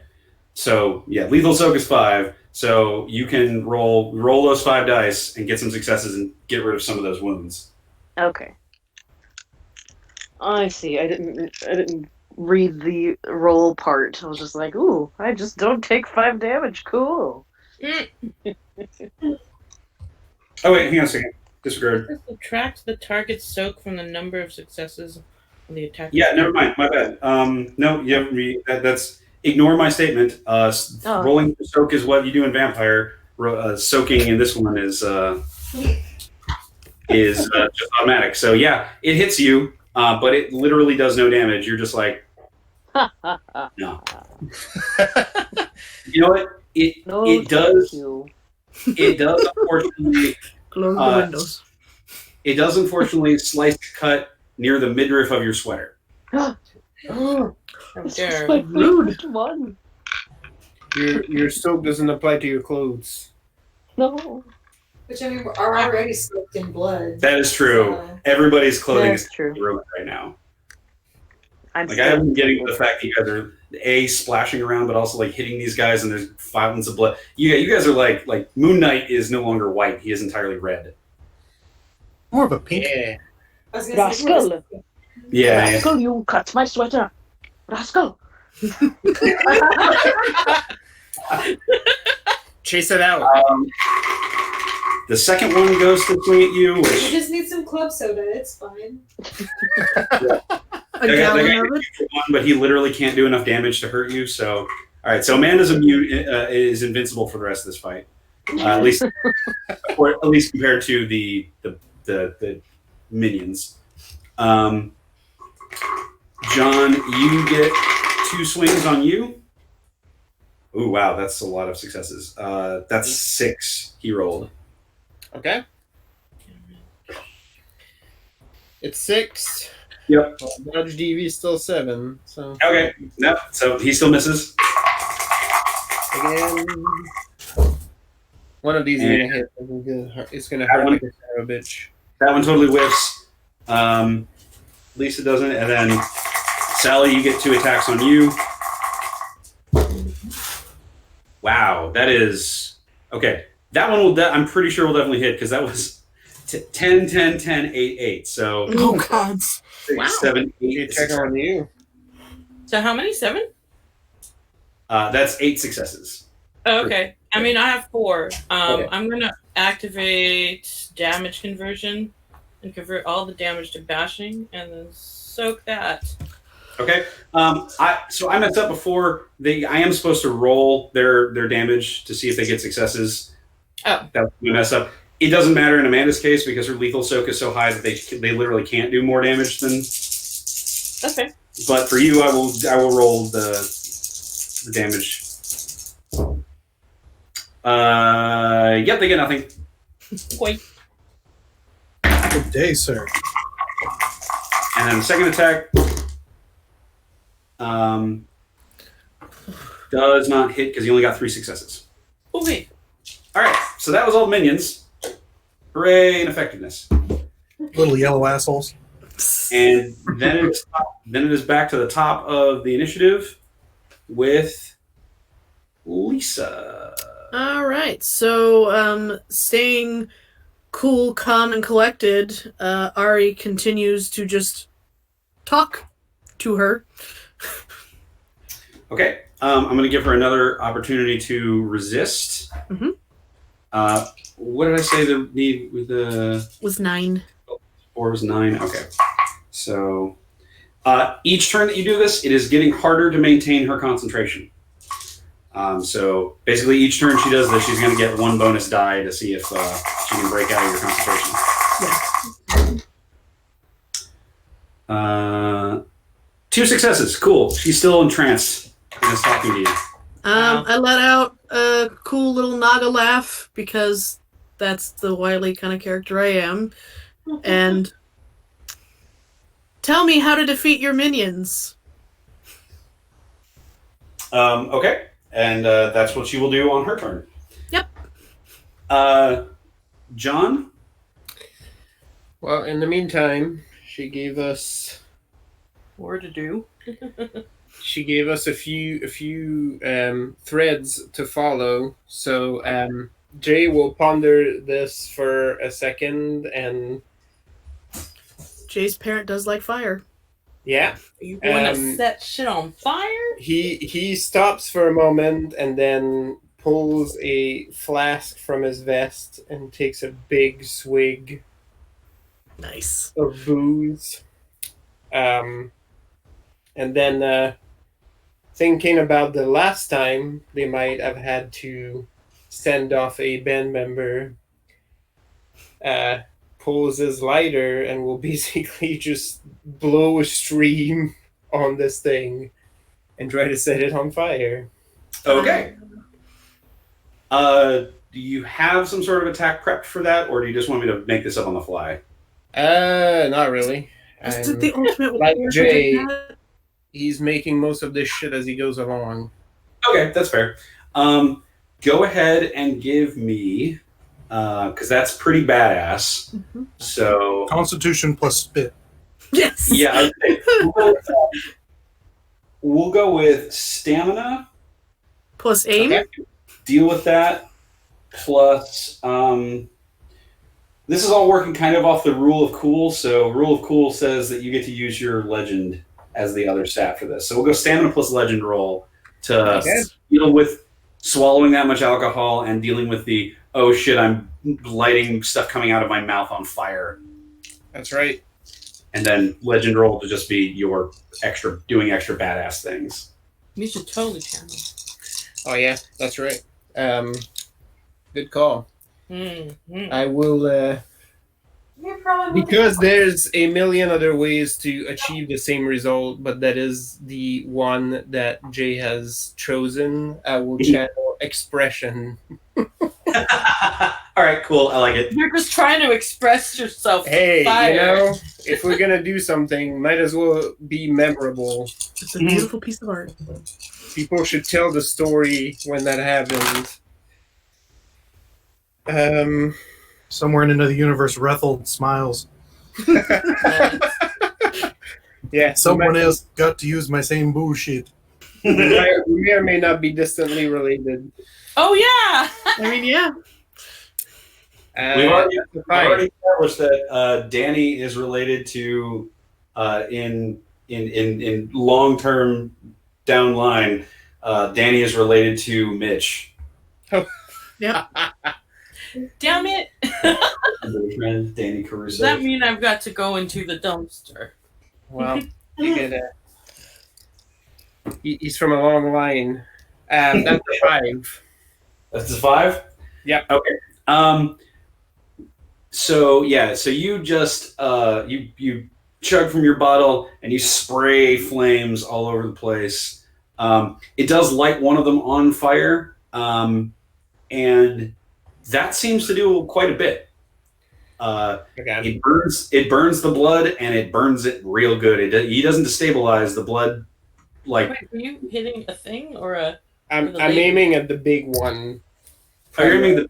Who just gave us the means of its own destruction. Oh, you're aiming at the. Okay, you're aiming at the at the lady. Okay, I missed that. I'll still have that. I'm still going to let that hit because her DV is down because you are still distracting her. So that hits, and it is fire damage, which means it's aggravated damage. Yeah. So go ahead and roll. We'll go with what's your legend rating? 3. Okay, we'll go with 4 damage. This guy does 1 plus your legend rating, and give me roll that for damage. Okay.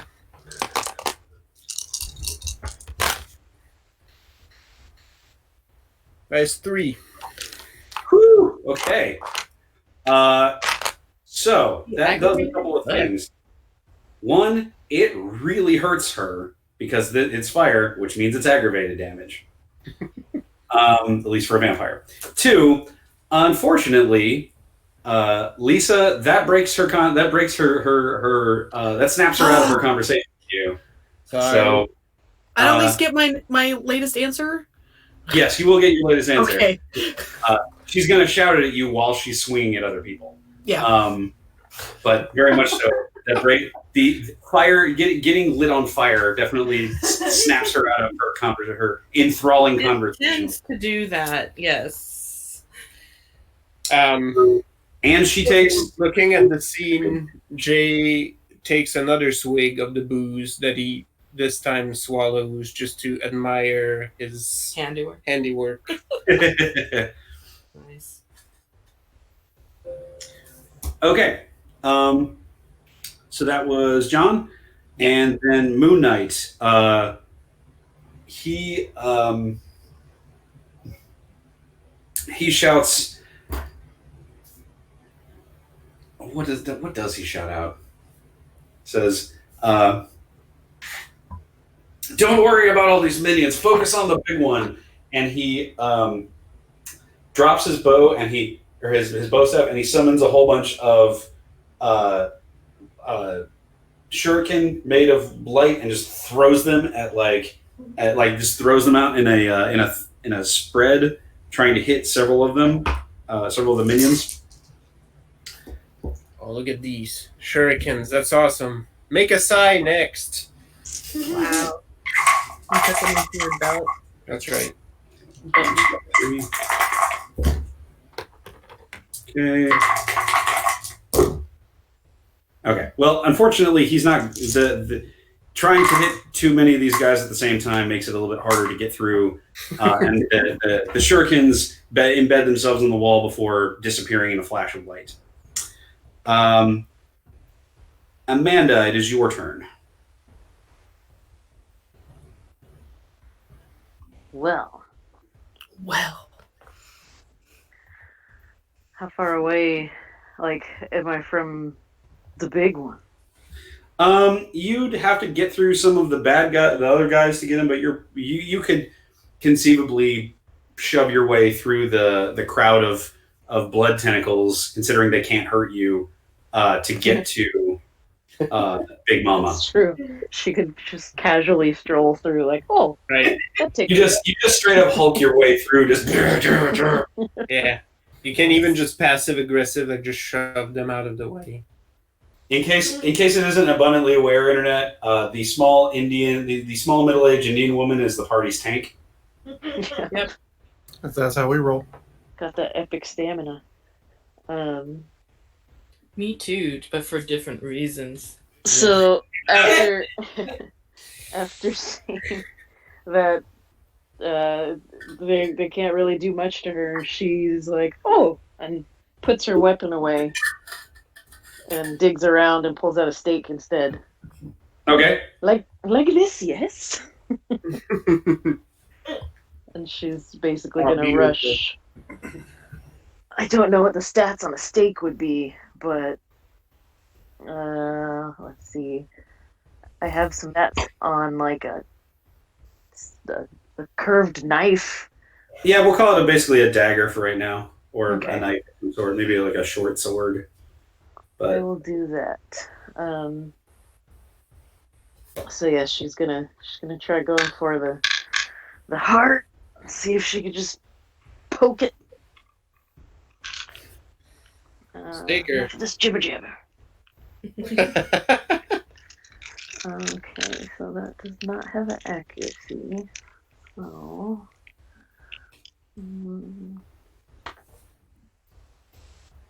Must be stats for stakes. just not in here. There's stats for stakes over in Vampire, but I'd have to go look it up. It's close to a dagger. Yeah, I've got a Kopesh, which is like a curved It's a- handheld blade. yeah. So I'm just Could using use that. It doesn't actually add to my dice roll because it has a 0 accuracy. So again, that's fair.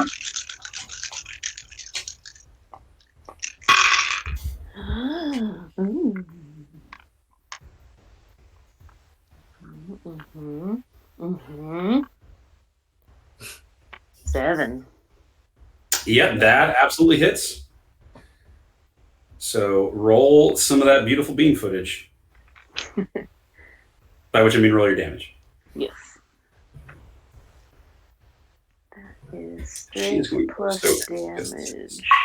I believe. It's strength plus the damage rating, right?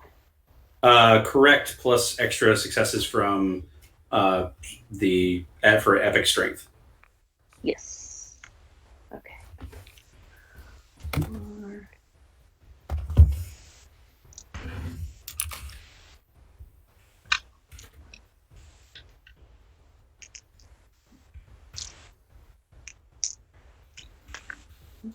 missing dice. Okay.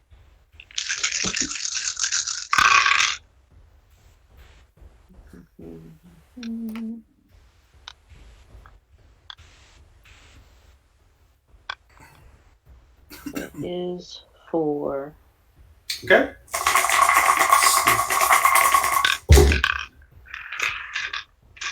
Ooh, wow. Okay, so she does not end up. Oh no, soak is. I'm sorry, soak is automatic. Yep. So half for soak is so is 5 minus. And this is lethal for the. Yeah. Okay. So it does. You find purchase with the stake as you jump up to where she was on her blood podium. It doesn't quite get her heart, but it does catch her kind of in the side, and you take a big chunk out. You do 1 point of actual lethal damage to her, but that's still a decent chunk for what she's taken so far this fight. Yeah. Set that thing on fire now. Right. Okay, so that was Amanda. So Nate, it is your turn.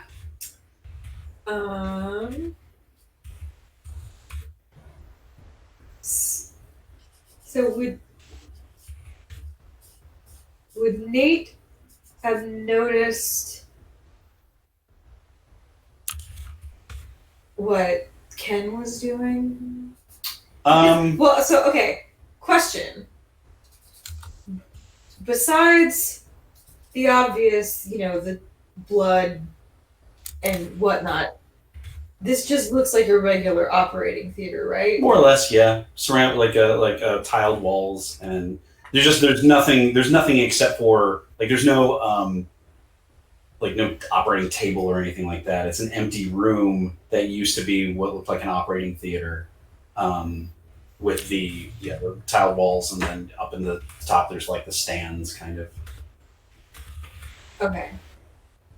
Because Nate would know where the drain would be in an operating theater. That's true. You actually would. And you do see, because Ken called it out, and you do see that he's obviously working on something over by where, looking towards the drain. Clearly the drain is not working. So Nate is actually he's going to just make his way over to where Ken is. Okay. Because once we can see what's wrong with the drain, okay, then he will do. If I see you heading towards me with intention, I can probably just say it's sealed up. If you can break through, it'll open. That was kind of my thought. Slam the drain with the thing. Yeah. If you want to try, go. I will support that. I will allow this. So you're attacking the floor? Essentially, yes. Okay. There's rules for attacking an object. Ooh. So that's a new thing. Rules for attacking an object. Is Nate smash? Nate does It's an smash. exalted game where I jumped off a cliff and soaked the ground. Yeah. I had perfect soak though, so it really Makes didn't more do sense anything, than parry, which I've seen attempted. the ground. Yeah. Carry the ground. Somebody tried to sell this and Okay, so attacking inanimate objects. No, putting the foot down. Objects are less vital than humans and Titan spawn and the like, but often tougher. Inanimate objects inanimate targets of attack have soak depending upon their structure and composition. I don't think you actually have to make an attack roll. I think you just need to tell me where you're doing damage and then roll your damage. Okay. Because there's not really any sort of reason you can't hit a part of the floor. I would say unless it's some sort of you're trying to hit a fucking small target, or you're trying to snipe shot a noose arrow or a noose rope with your arrow, that would take some skill. But hitting. I'm literally gonna hit the floor. Yeah, with my you're mace. smashing the floor with a big mace. I'm not going to make you roll an attack roll for that. I've decided that every time I drop the mace, Iron Man starts playing. There you go. I feel like we all have our soundtrack for when this happens. You mentioned Mastodon earlier, so now all I can think of is Blood and Thunder. So stone has a lot of soak. But it's probably not stone. It's probably concrete. That's true. I'm going. Yeah, it's a brick wall, stone wall. So we'll go with brick wall. What's listed here as the concrete thing. Mm-hmm. Soak for lethal is 8. Okay. And it has like 40 health levels, but you do enough damage with your thing to actually maybe get through that. So just flat roll your damage. So what is damage? It's strength plus whatever the damage rating of your weapon is, and then do I add accuracy? No, you add accuracy is only for your attack rolls. Okay. So then you'd add epic strength as automatic successes. Well, I don't have any epic strength. Okay. So you're rolling like 13 dice. Yeah, I'm rolling 13 dice. Yeah. Hit it. You do have to do more than 8 damage in order to actually even deal damage to this thing. But Don't suck. Hardness. Right. The most metal shower unclogging scene of all time. It's just blood everywhere. Right. Morning Star. Fuck you, ball of hair. We'll start a company called Moto Rooter. Yeah. Yeah. I see the 10s, but I also see the 1s. Yep. Well done. Okay. Okay, so it's okay though. So you swing your mace down, and it slams right in the middle of the spot that Ken is pointing to. It doesn't seem to go through, but it has the side effect bonus of sloshing all the blood away from that spot and leaving a big fucking crack right in the middle of the ground that Ken now can clearly see. So doing a little bit of a team up there to try and deal with the train Combo finisher on the Fuck on this the floor in particular. Yeah, this is a real boss right here. Like With the blood dripping off my face, you get an arigato. And I brush my hand onto the crack. a Nate Ken on Holmes moments. We're just gonna tear this down and redo it all. We're gonna make it right. We're gonna make it right. The video game nerd in me. Yeah, you can't. These drains being clogged are clearly not up to code. I can't believe they got away with this. The video game nerd in me is like, we've built their relationship enough. Now they have a combo attack. Yeah. Nice. Okay, so it is Sally's turn, and then it will be the bad guy. So Sally, go ahead. It is your turn. Okay, so how many more of these things are left? Like 10 now, or no? Actually, I don't think anybody's killed any of them since they exploded back out. So there's 11 of them. Okay. Okay, I'm gonna explain what I'm thinking of doing, and you can tell me if it's totally stupid. I pull a can of club soda out of my purse. I want to shoot it, and then make it like a grenade, and just like splash a bunch of them. You're trying to splash club soda. Okay. Yeah. All right. I understand the concept of you're trying to get rid of the stains. Yep. I don't know that it will do anything effectively, but you can at least make it look cool if that's what you want to do. Sure. Okay. Yeah. I'll just I'm throwing things and shooting things. That's cool. Okay, fair enough. You're still distracting people with that. You could shoot the can of club soda as it's flying over, and then it sprays everywhere. That's what I meant. Yeah. Oh, okay, yeah. You're doing. Just okay. Yeah. Okay. So okay, fair enough. Go ahead and do that. Make a dexterity plus legend roll because we're doing more things with the rule of cool. Okay. All right. I'm gonna spend a willpower with that. By the way, internet, that's not an official rule from the game, but using legend as rule of cool fuel is pretty. Like that rule of cool fuel. Yeah. Nice. I will It's very much in the spirit of the game. 5? Mhm. Okay, so we will go ahead and say, cut that in half, and we'll say that everybody, all the bad guys in the room now, we're going to reduce their DV by 2 for the next round because they're distracted by all the spraying club soda everywhere. Nice. Okay. So you debuffed all the minions. Woo! I debuffed them with club soda. I'm okay with that. Cool trick. I like that. And we'll go to. So that was Sally. So then it's bad guy. So she says. So you asked her how to kill her minions, and she says she shouts out, "Get rid of the blood!" Obviously, and in that same tone, or at that same moment, you see to her other remaining arm, because her one arm is still botched off and like stuck into the wall. The blood coalesces into this huge fuck off scythe. Yay! And she swipes it through the whole room. Oh shit! She's attacking That everybody. appendage is not on fire, is it? Yeah, no. She attacks. This one attack hits or is going to try and hit literally everybody in the room. Although it doesn't affect her minions. Thankfully, it doesn't exactly have a whole lot of dice to hit with, but it does a fuckload of damage if it hits.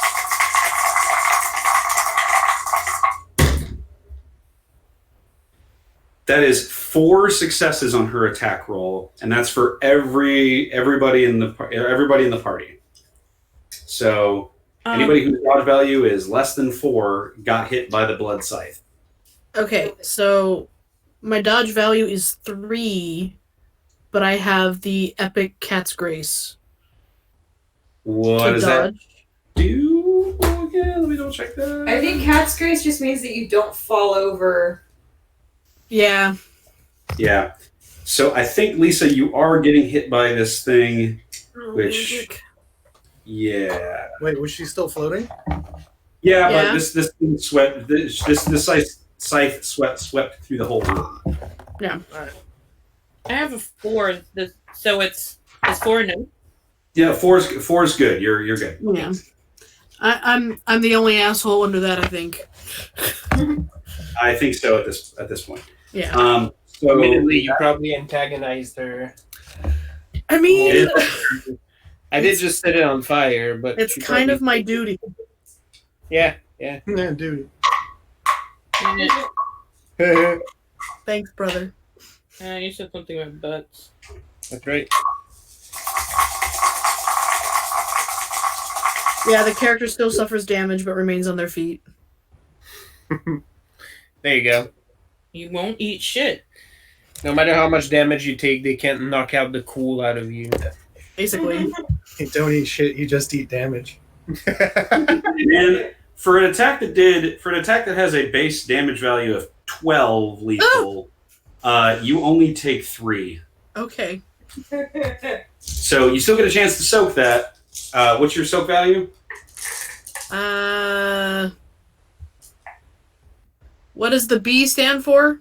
Bashing. And Your the L? Yeah. Just 1. So I take Okay. 2. So you're going to take 2 health levels of damage. Oh my god, I actually damaged one of you guys. It took a while, but Yeah. I'm so glad to have been your first. Hey! Aw, So do I just Tickled. So do I just check off 2 boxes? It is X's in 2 of your boxes, yes. Thank the first you. 2 boxes. Okay. All right. And yeah, you don't fall out of the sky, so you're still bouncing on the back of your thing. Ken, you hear your sister scream from above as this blood scythe rips through the room. Everybody else seems to manages to get out of the way, but she catches a bit of it. And Ari, your fox is very, very concerned about you and your new gaping chest wound. Where the Well, not fuck is really. Lucas? Where is my bass guitar? Yeah, I know, right? No, Lucas is gonna have a bad time. Only been like 3 rounds. Yeah, I was gonna say it's actually been like they're on their way, but they're a ways away. Unfortunately. So that goes to the 6s. So Tony, it is your turn. The ground is cleared in front of you. There's a crack. You can see the stonework underneath it. I flick the blood off of the pocket watch I had in my other hand still. And I draw the sigils over the crack that Nate started. And I invoke the law of equivalent of exchange. Okay. And I turn as much of 1 cubic foot of that space into water. So it just starts the drain. Okay, fair enough. There is now a 1 cubic foot hole, and it does. You're able to get down through the stonework into the opening underneath. The opening underneath is actually quite a bit bigger, but this is enough, and you have a 1 cubic foot drain. It starts to as the blood rushes back in. It starts to pull things down into it. It doesn't drain the room out entirely because it takes a while, but it is lowering the level of blood in the room by quite a bit. For some reason, I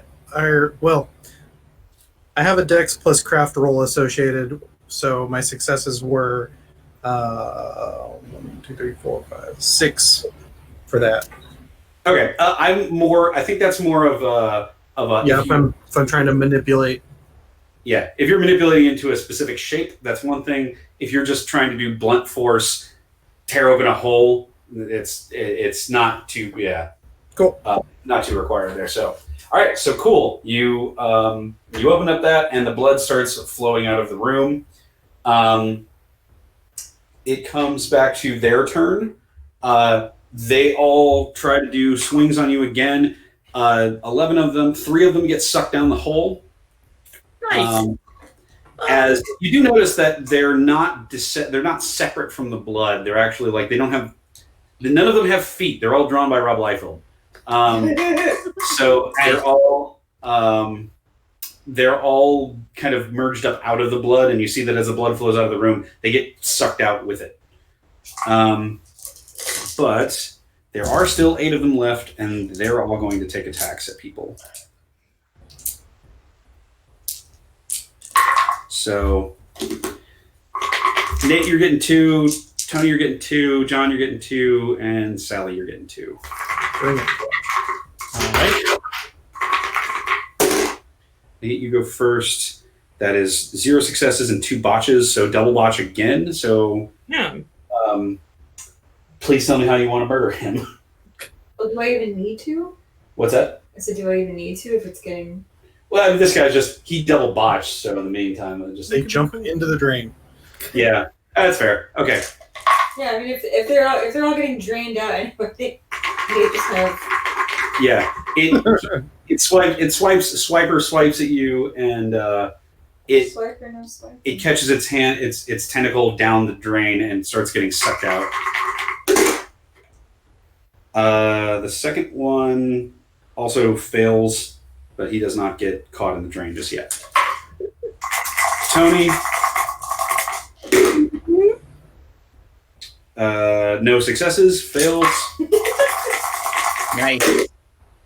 Duck, dip, dodge, dive, and dodge. 5 successes. What's your dodge value right now? Mine? Yeah. 7. Yeah, okay.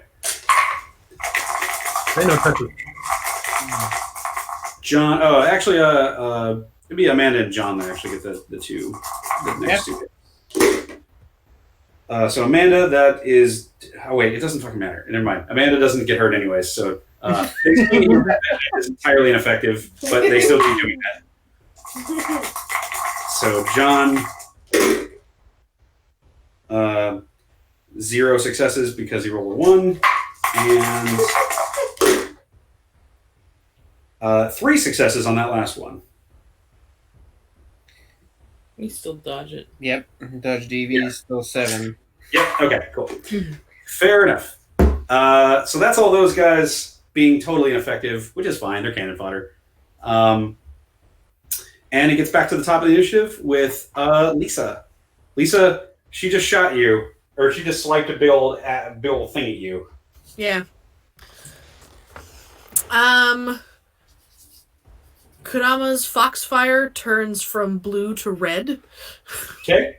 As she is bathed in angry red light and pulls back that bow, and with a mighty wail of "God damn you," or "Mother damn you," maybe, she's going to release that arrow.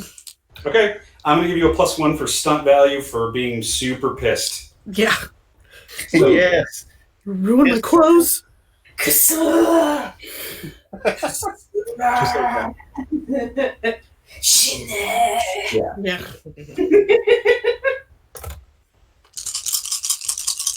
It'd be like that, though. Words.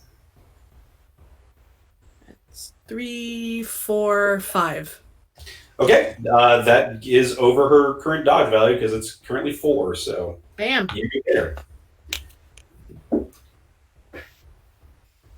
So how do I roll damage? Yeah. I was like, still waiting for some here. So how do I roll damage? Let's see. So it's a bow. So my damage from my bow is +2L. So I'm gonna go with it's the same damage as your bow, but I think that is the number of successes you get.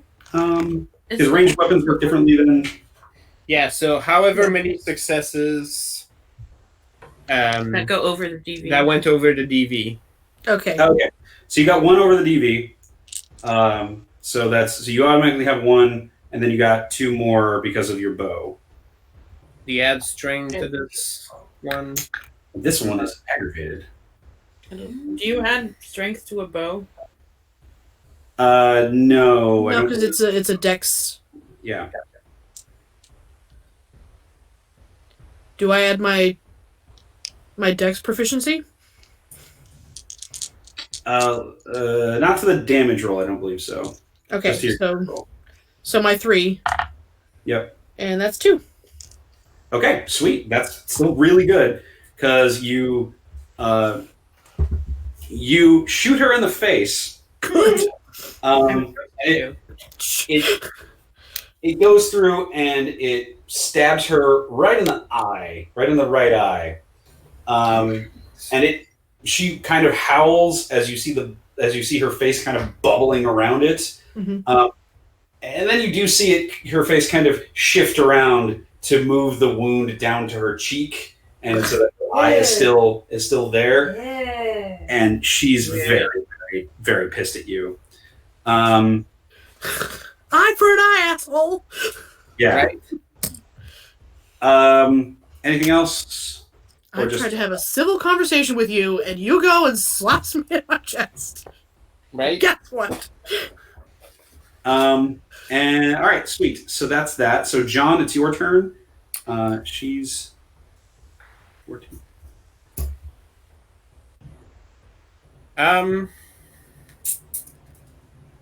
Well, I will join in on the attack. Is she still on fire? Or is No, that she's not on fire. She's okay. that burned her, but it didn't set her on fire. Yeah. Well, I have a limited number of that, so This vampire's on fire. I was way too amused by that. Jay will pull back his knife. It is not a stake, but he will attempt to use it in a similar fashion as he sort of takes a moment to look at it and sort of where Vanya tried to stake her previously. Mm-hmm. And basically cut a little bit of his thumb to draw some of the blood on the blade, to help it guide on its way, and basically lets loose and tries to aim for the heart, more or less. Okay. Are you using a knack or something? No, that's just my knife's usual property, which is using perception for damage. Right. Okay, fair enough. Let's go ahead and give me an attack roll. Yep.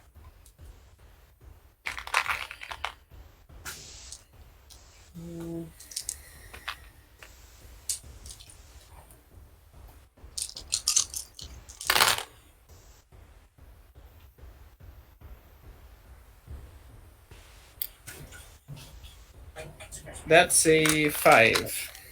Okay, that hits. And that will be... Roll me some damage. Yeah.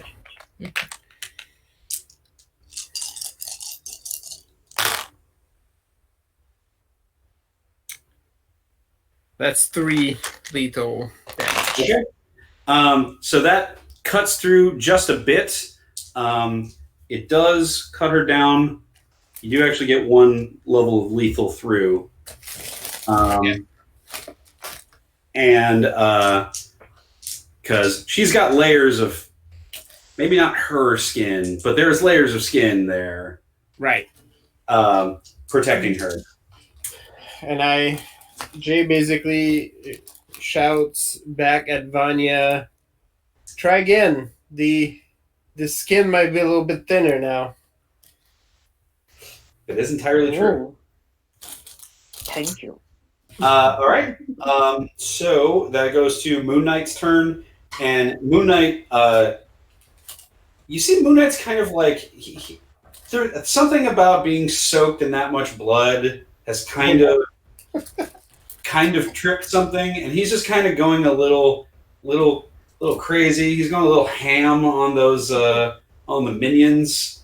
It's actually a little disturbing. Like, you don't feel bad for the minions, but you kind of feel bad for the minions because he's just like, he turned his staff into like a hammer and he's like smashing them. And yeah, you're just kind of like, you step off to the side and you're like, all right, you need to work through some things, don't you, guy? The sight of blood has triggered his inner. It triggered his inner murder hobo. Yeah, literal murder hobo. Yep. So he kind of starts taking care of the rest of the minions. They're getting drained out as it is, so they're really probably not going to be much of an for the rest of this fight. And that's what he does. So then, Amanda, it's your turn. Okay, I'm going to try again. Okay. If you want to hit the exact same spot, the difficulty, she's going to get an extra point of dodge value, so her dodge value will be 5, but you will do more damage by hitting that spot. Okay, and this is the cleared spot, not the wrong spot. Yeah. Okay.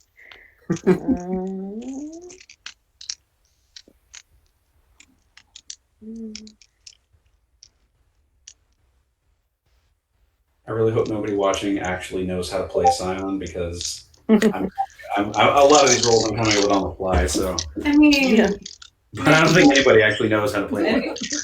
Don't worry, Darren. If anybody is watching this, they've had years of practice of us playing every game badly. I mean, I think it's close enough. Yeah, no, it's fine. It works. We're having fun. It's all good. There's some rules. I kept hearing Jaren say Moonanite. I kept hearing Jaren say Moonanite. So that is why I'm clarifying what I found in the Discord. No one can withstand the quad laser. It's too big. Jaren, did you check Discord? Oh, not yet. Oh my god. The Moonanite. That's glorious. Sometimes the internet's okay. Yeah, I feel like if we had thumbnails for this game, that would be it. I got a 6. 6 on your attack roll? Yep. Hell yeah, good job. You managed to tag her right square in the heart, or at least, in the heart area of her chest. Yep. So your damage roll is whatever it is +1. Cool.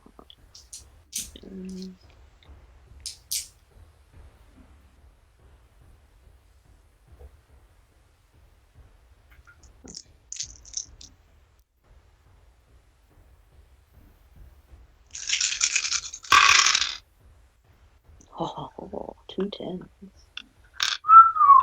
Nice. Murder. Mm-hmm. Mm-hmm. Damn. Damn. All right. That is 9. Even with your soak of 2, that's still 7 points of damage, and that was over my threshold for whether or not you were going to be able to tag her actually in the heart. So whether it was going to get 3 things. My threshold for that was actually 6. So, so do you throw it, or do you jump up and stab her with it? Jump up and stab. Okay. So you launch yourself from the floor in there's a big spray of blood from underneath you as the force propels you up, and you drive the stake right through that spot, right into her heart. And she wails out like just crazy, like, screaming out about how this isn't how this is supposed to be, and usual, villain stuff. And Villain stuff. yeah, and then she collapses into torpor. As soon as she does that, her blood pillar that she was standing on dissolves, and she falls to the floor, and the rest of the blood slowly drains out into the underground. Also, as soon as you put her into torpor, all of the other minions that were still left dissolve immediately and drain into the drain. This is going to smell really bad soon. I actually forgot to roll the 1 extra. Oh, nice. Hell yeah.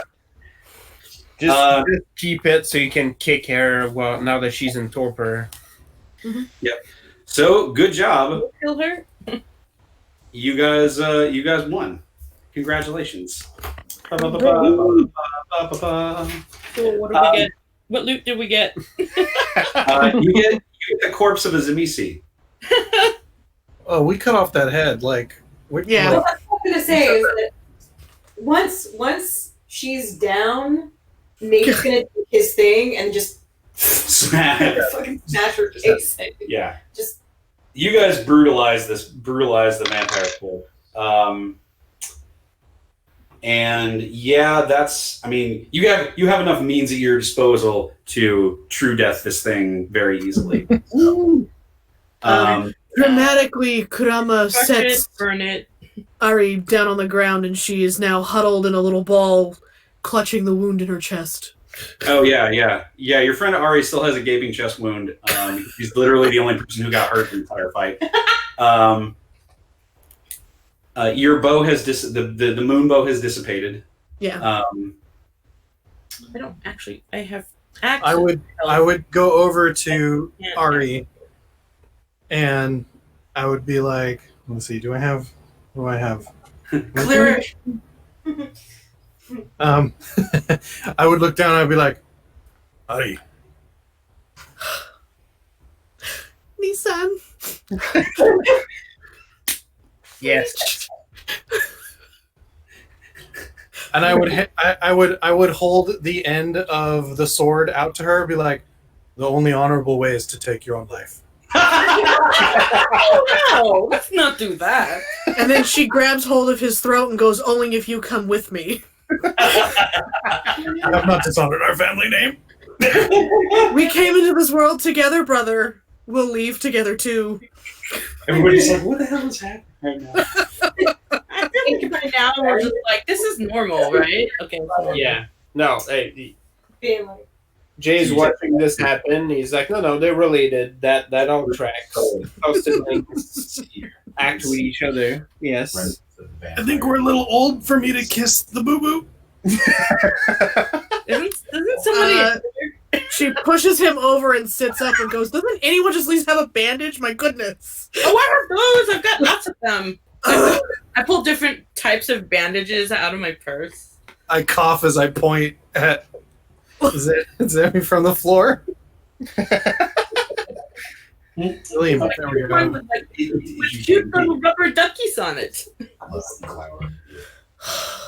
It's slowly fading away. If only there was a medical facility somewhere nearby.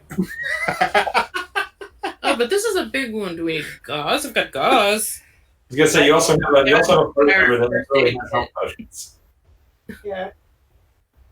Yeah, no. In addition to that, like there was the medical facilities upstairs. Yeah. So like, yeah. Yep. I mean, Nate could stitch her back together. That's true. Yeah. But then here- if it's on her chest, then he'd have to touch her chest. It'll just be blushing. I'm not sure that will work. I mean, she doesn't have a whole lot of it.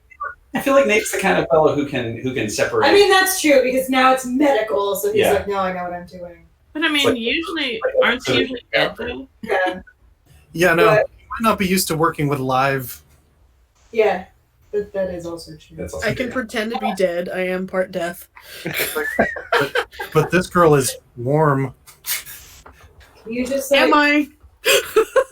just like hold your breath and turn your head the other way. Just give me a minute. Temperature wise, yes. As you guys are managing that, you're not I think Ari actually glares straight at Ken and goes, "It's good to know someone in here is a man." Wow! Damn! I go, yes, but Jay isn't helping. Oh! Wow. Round. I'm not, because I'm useless at it. Also, I never challenged that I was a man or anything. Leave me out? I'm not. Maybe I guess Your parent is weird too, so maybe.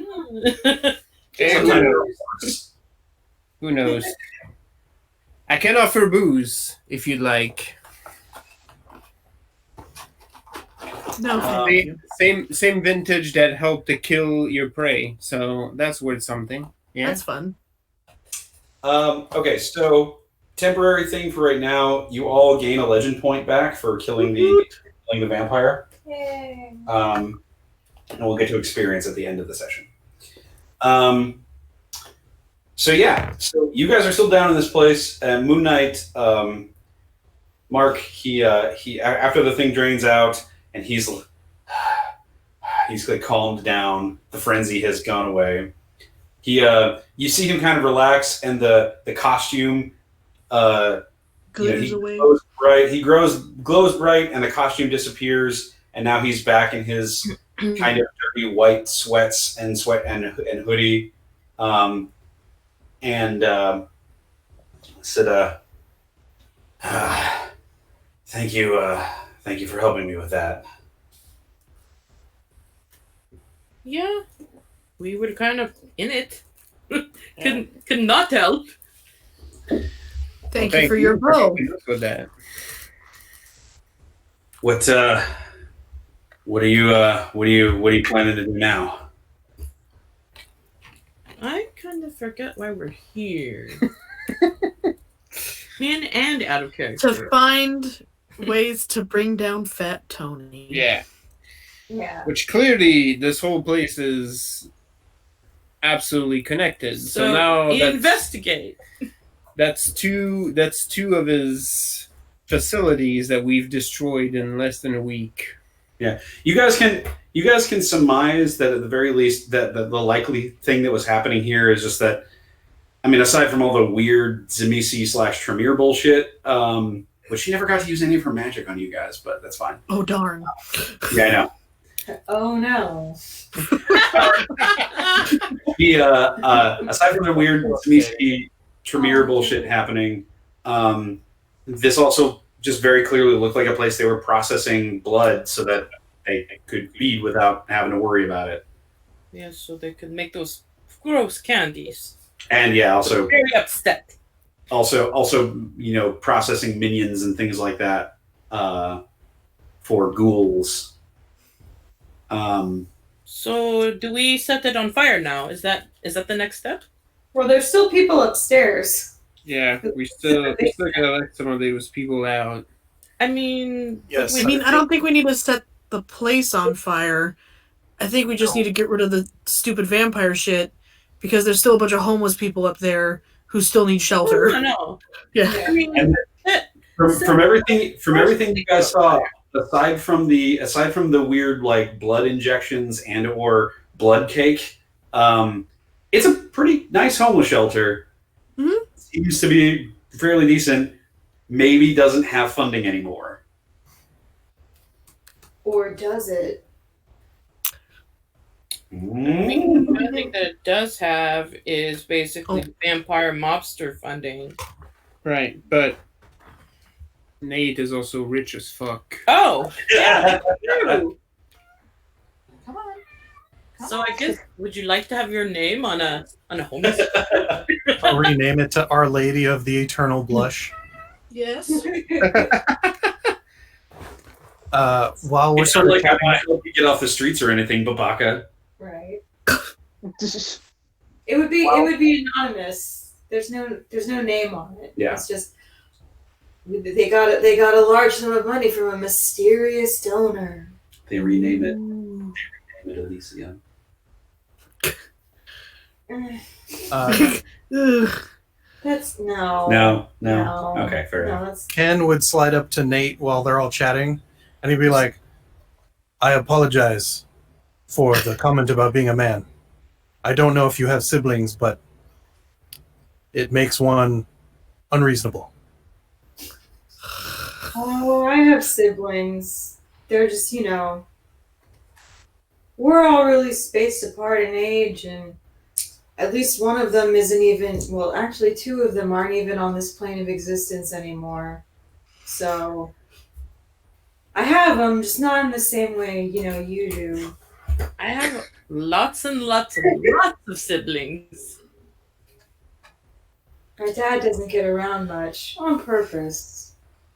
But, I'm not actually sure if I have siblings.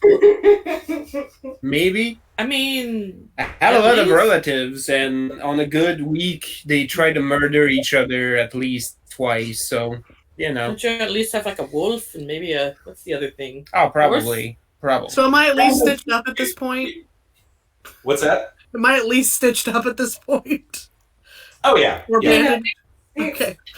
Between Nate and again Amanda, who has literal healing potions. Okay. Yes. I'll take care of you. Drink this. There it is. This is tea. Yeah, I know. It's going to fix you. I do like tea. Ciao. So what does it heal me? What's that? What does it heal me? I actually don't know. That'll have to be Amanda that tells you because I don't know. I'm actually trying to look it up. I think it's just heal. It's basically just healing potion, but I don't remember how much it heals you. I think you only took 2 health levels of damage though, so I think you're fine.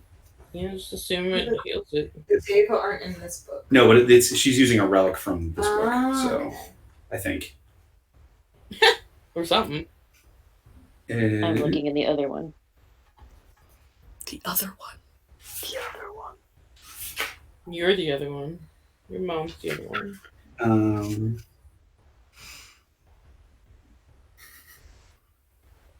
Where is it?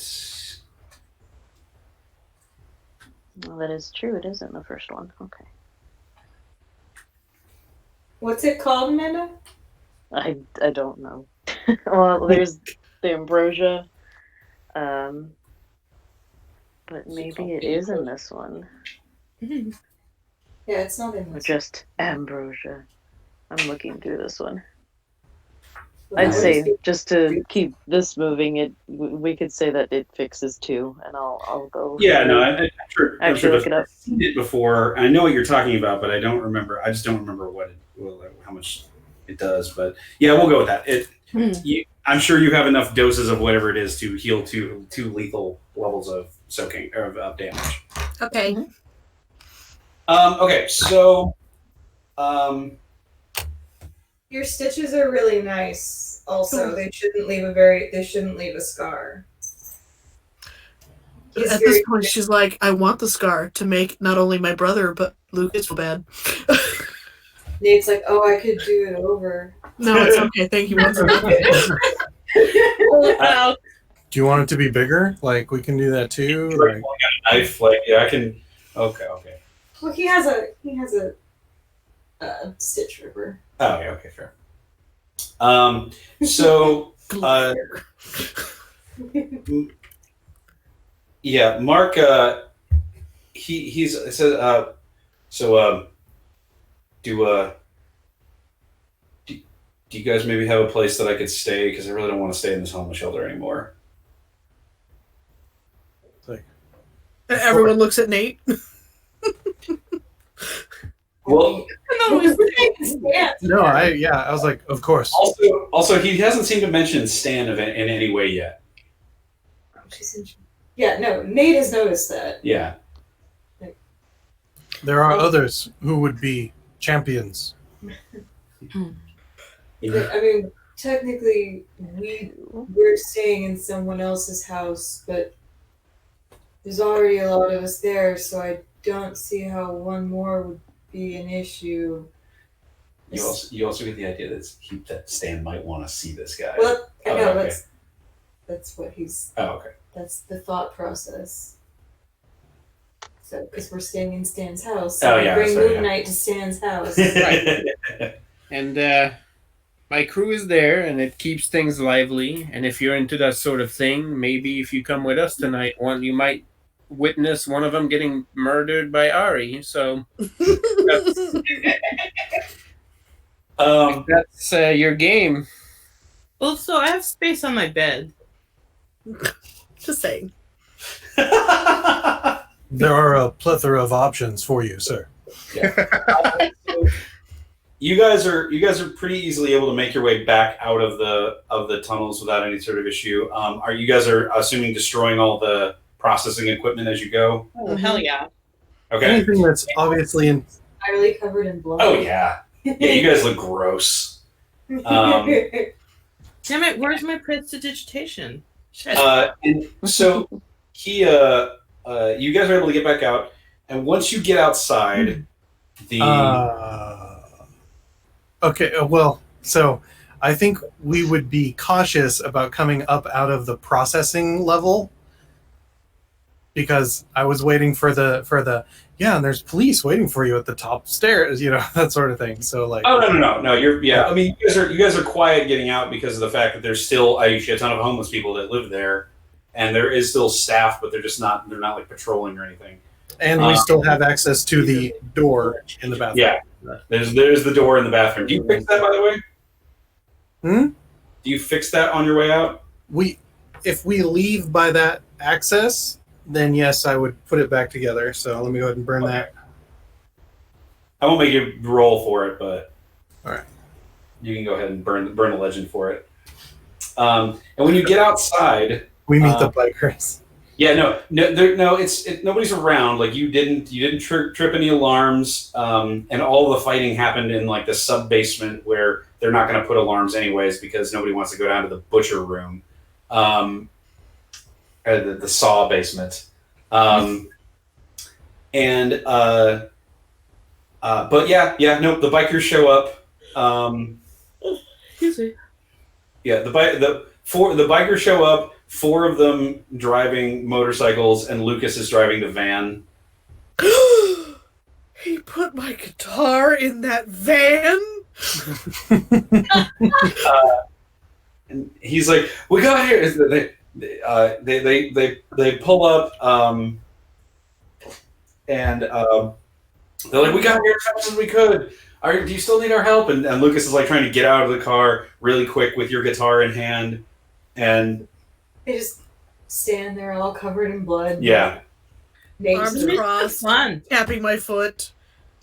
Do not look pleased. Oh, Okay. You want me to just put this back in the case? He like tries to hand it to you. Oh, she takes it. Yeah. He's like, okay. I thought you guys might like the van because we could take you back home. And he opens up the van, and it's the van. It's ready to go.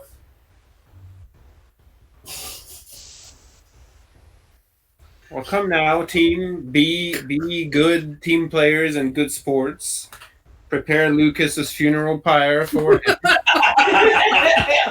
We've already got the blood sacrifice. Absolutely.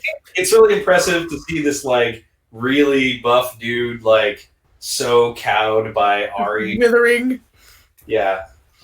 I sort of look around at myself and all the blood, and I look over at one of the benches in the back of the van, and I lift it up to see if maybe there's clothes in there. Yeah, as a matter of fact, there are. Oh God! Do you want to know What do they look like, though? I tentatively pull out a couple pieces to see. Okay. Let's see here. American flag pants. They're Like- all like terrible like vaudeville everything outfits. Oh my god, it's Darkly just American dresses and no, it's what's his name's outfit from Napoleon Dynamite with Yes. Yes. That's what I was saying. American flag pants. Rex. Yeah, Quando. Rex Kwando. It is all that kind of stuff. Like it is all like a Some moves I learned after 2 seasons in the Optic. no Yeah, sleeves right. as far as the eye can see.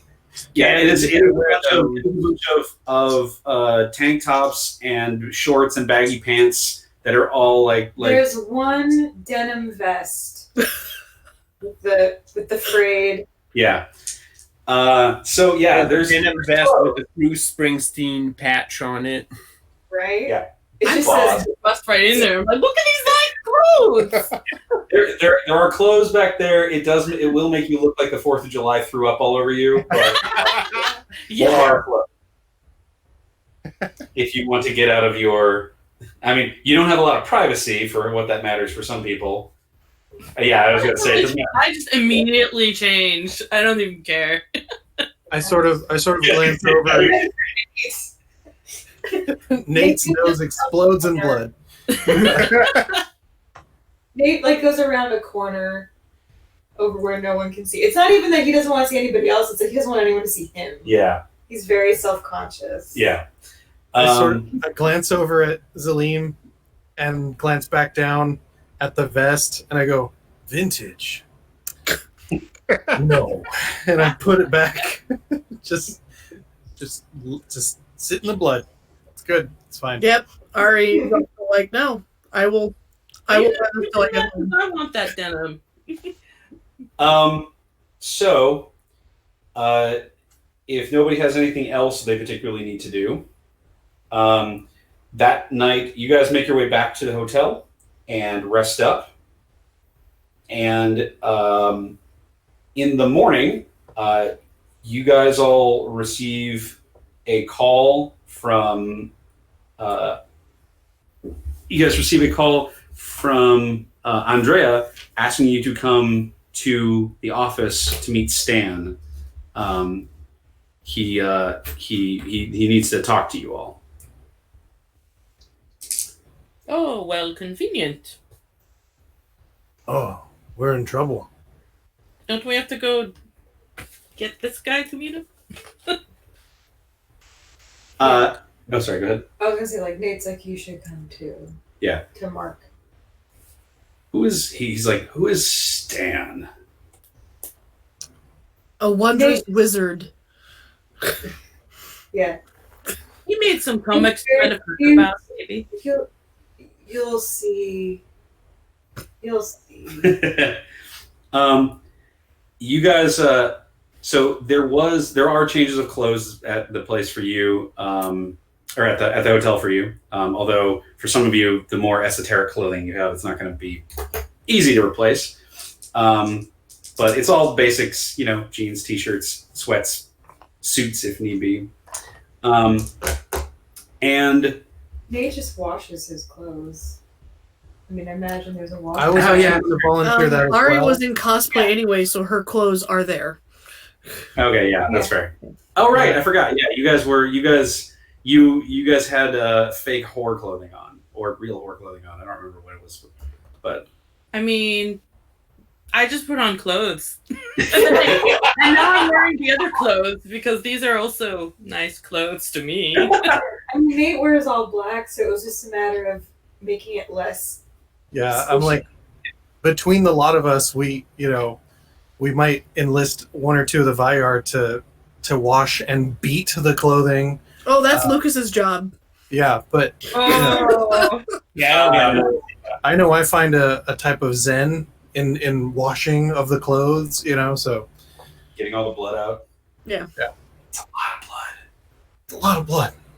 Yeah. So you guys I'm just bent down. get a call, or so you guys Rag. get a call and prep and Screaming eagle. head on over if there is nothing else that you guys have to do in the morning. If there's anything pressing. Nah, wait. What day is it now? We have a thing on Friday. I believe it is now Thursday. Okay. Yeah, we still have time. I mean, the only thing I do in the morning is what I usually do. Check my messages. DJ Shitheads show. Oh, yeah, Sorry, as a Russ, but DJ shit. DJ Shithead. DJ Shithead, yeah. And then Zaleem's little meeting up with her boyfriend and his and the Third Street Sweat Hogs. He was inviting you to go hang out with them so that he could use you as street cred because you're real pretty. Yeah, That's right. that was part of it. Was that today or tomorrow? No, that's the weekend. I think that's Saturday. But that's supposed to be. Okay. Full schedule. All right. But yeah, I just go and in the morning I just check on my social media stuff and the usuals. Yeah. Your OnlyFans. Yeah. Do a vlog.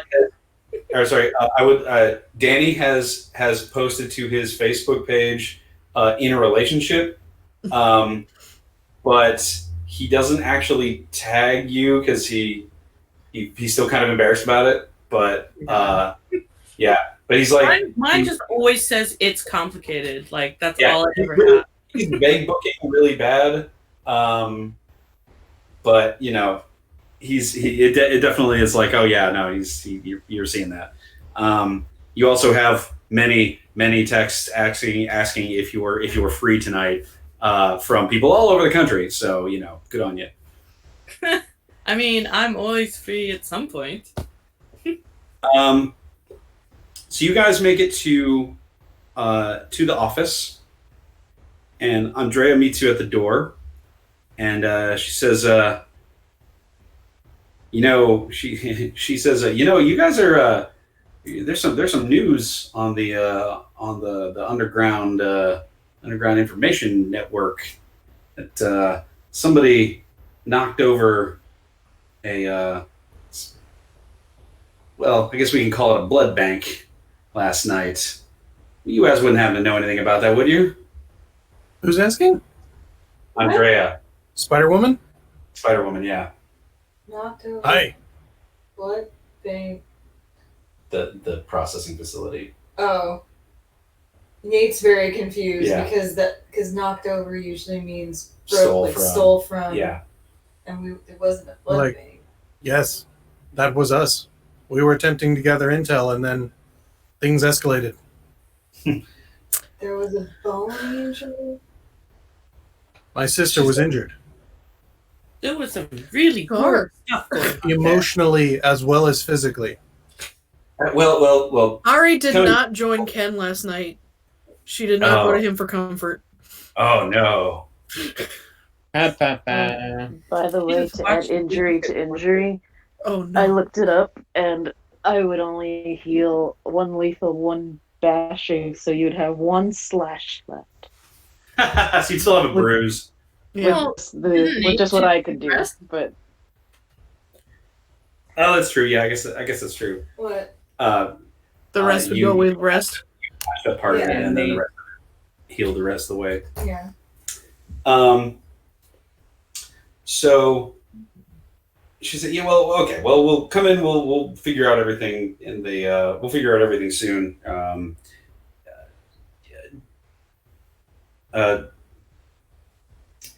sorry. Give me a second. Stan has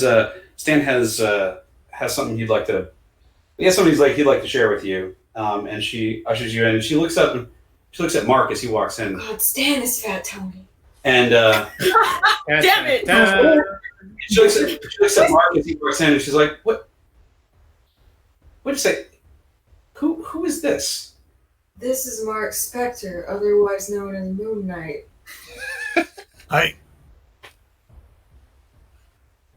I'm as confused as you are, and I think he is also, to be perfectly honest. Well, he's not from this plane, so he comes in. He looks at Andrea, and Andrea's not in costume right now. But he says, these folks said that I should meet with you all. I think maybe you know something about what's going on and why I'm in this version of New York." And Andrea is just kind of like, yeah, you should probably talk to Stan. And she ushers you into his office, and she goes off to like make several pots of coffee just to have something to do so her mind can mill over the fact that there's maybe just a real comic book character standing there. Stan enters the office a little bit later and says, "Seems like you guys had a really exciting night last night, huh?" Yep. just a barrel full of laughs, Dan. Every night was wonderfully exciting for me. Well, I'm glad to see that none of you all were seriously hurt. I would have been real. It would have been a real bummer for any of you guys to get injured on my account.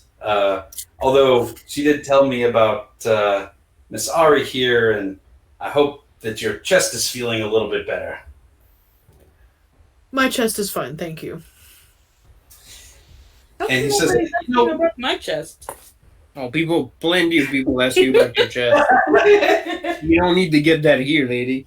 No one asks, though. He looks at Mark and says, "Oh God, it followed me." "It's true. He just like kind of like glancing him over, looking real close. He grabs him by the chin and like moves his head around. He says, "That is amazing. I've always wondered what you would look like in 3D. I don't even know how this is possible, but I mean, I'm back from the dead, so I guess it's not entirely out of question that somebody from one of the pages of our comics would show up in the real world." And Mark kind of like, "Comics?" Okay. And Stan just like, "Yeah, comic books. You're a comic book character. It's okay. It's not the weirdest thing that I've heard of recently." Mark just kind of like stands there for a second, and you see that he's like maybe about to break, and then yeah, okay, that's fine. That's fair. Track. It's not the weirdest thing he's ever dealt with. He said, "I realized," and Stan was like, "I know you all are busy and you've been going off and doing your own thing, but I realized that it was kind of, it wasn't really right of me to send you off on a big fancy quest like this without, if you're working for me, then I want to make sure that you guys are not having to put your real identities on, Nate's eyes have gotten huge. Yeah, on Display? risk. Yeah, it's always Peter needed to make sure that he always kept the mask on to keep from hurting Mary Jane by accident. So I took a little bit of time yesterday, and I made you guys some things, and Nate is gonna shit himself. I think you guys might like them. If it's like, and he gestures to the back, and there's several boxes there, and he walks over, and he said, Is this going to be like that scene in the Power Rangers movie where we all find out what animal we are? I mean, kind of. Yes. So he said, My element is love. he walks over, and She's he the heart. goes into this box, and said, so I got some things here for you, and maybe it'll help you out a little bit. Everybody else seems to like my masks, so figured maybe you guys would like something too. And he says, hey, Jay, come over here for a second. And he reaches in and he pulls out. Yeah. Oh boy, indeed. He pulls out a trilby hat. And he says, do me a favor and just throw this on your head there. I will do so with Okay. much curiosity. Yep. As you put it on and you fit it, your hands move away, and you as it's on you, it literally transforms into the MCU style Loki helm, like horns and all. And you notice that at the same time, in the same style of transformation thing, you get a super ostentatious green and gold trimmed outfit that just is, you're an Asgardian. Well, And Stan says, it doesn't always have to look like that. I just wanted it was going to do that the first time you put it on. I thought it was kind of funny. yeah, as much as it's not my usual style, I almost want to take it because it would piss off my parents so bad. Yeah. There it is. Seriously, if the first time you get to see your dad at some point or another, you just do that thing, I would die laughing again. Well, But he says, I'm not in the business of killing you, Stan, but I will take pictures. says it'll I've stitched it together to give you some means of making yourself look different as you need to, and it's gonna make you a little more like your pop. Is all I'll say about it right now. I am both thankful and apprehensive in equal measure. It's good though.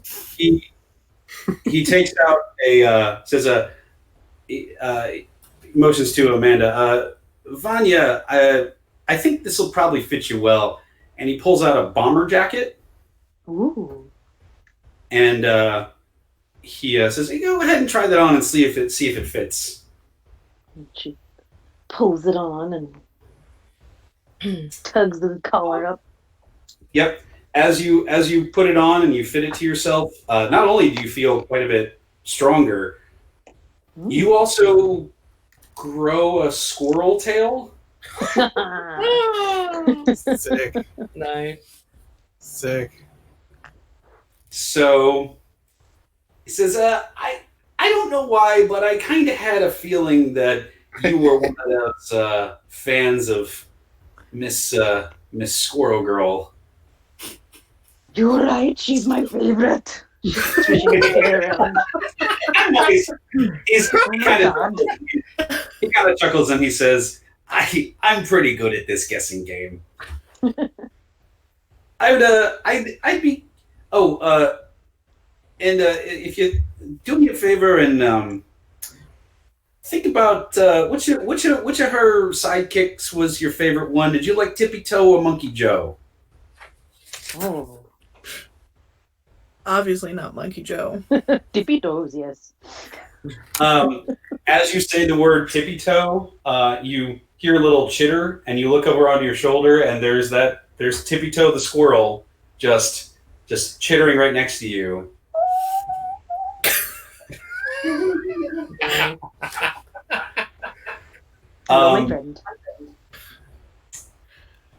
So he does. Let's see. So that's Zalim. Yeah. I was trying to think of what would really work for you, and I think I figured it out. And he reaches in and he pulls out this kind of white mink stole. Ooh, fancy.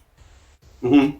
I mean, I put it right on and settle it around my shoulders and do Okay. the whole like, ooh. So as you do that, it sprouts a cape behind you, and so it sprouts a cape behind you and transforms your entire dress or your whatever you're wearing into this really kind of luxurious. It's really mostly lingerie. You basically you're basically dressed like the White Queen now. That tracks. Fits. He said, now I understand you're not exactly one for modesty, and that's perfectly okay, but if you feel like you need to look like something else, feel free. Just think about it, and your dress should change to match whatever you're thinking about. Oh, neat. You also notice something that you hear Peter's voice. Peter is in the guy who's generally dressed up like Captain America. Yeah. And you hear him like off in the just kind of in the corner of your mind, and he's like, I know I'm supposed to wait till marriage, but maybe it'll be okay if I ask Salim out. I mean, it's so pretty. I just like laugh. I'm like, giggle. Now you can hear men's thoughts because That's you right. needed more. Also, like my outfit turns pinker than white. King Queen. Yeah, he also says that now the other thing you should think about. Do me a favor. Try thinking about just being really mad at someone, or try to put yourself in like a really like I'm gonna be angry at you mode. Me? Yeah. Angry, huh? Let's see. Okay. So, yeah, I just think about somebody like totally dissing me on social media. Okay. As you do that, as you kind of stress out, you feel yourself start to harden, and you see your skin turn to diamond. I am literally a diamond. And as you like calm down, it goes away. Aw. It's gonna take some practice, but it should help you out, keeping you safe from all those nasties. Well, sir, you know how to please a woman. Yeah, they always said that. Hef always said that I was a much better ladies' man than he was even.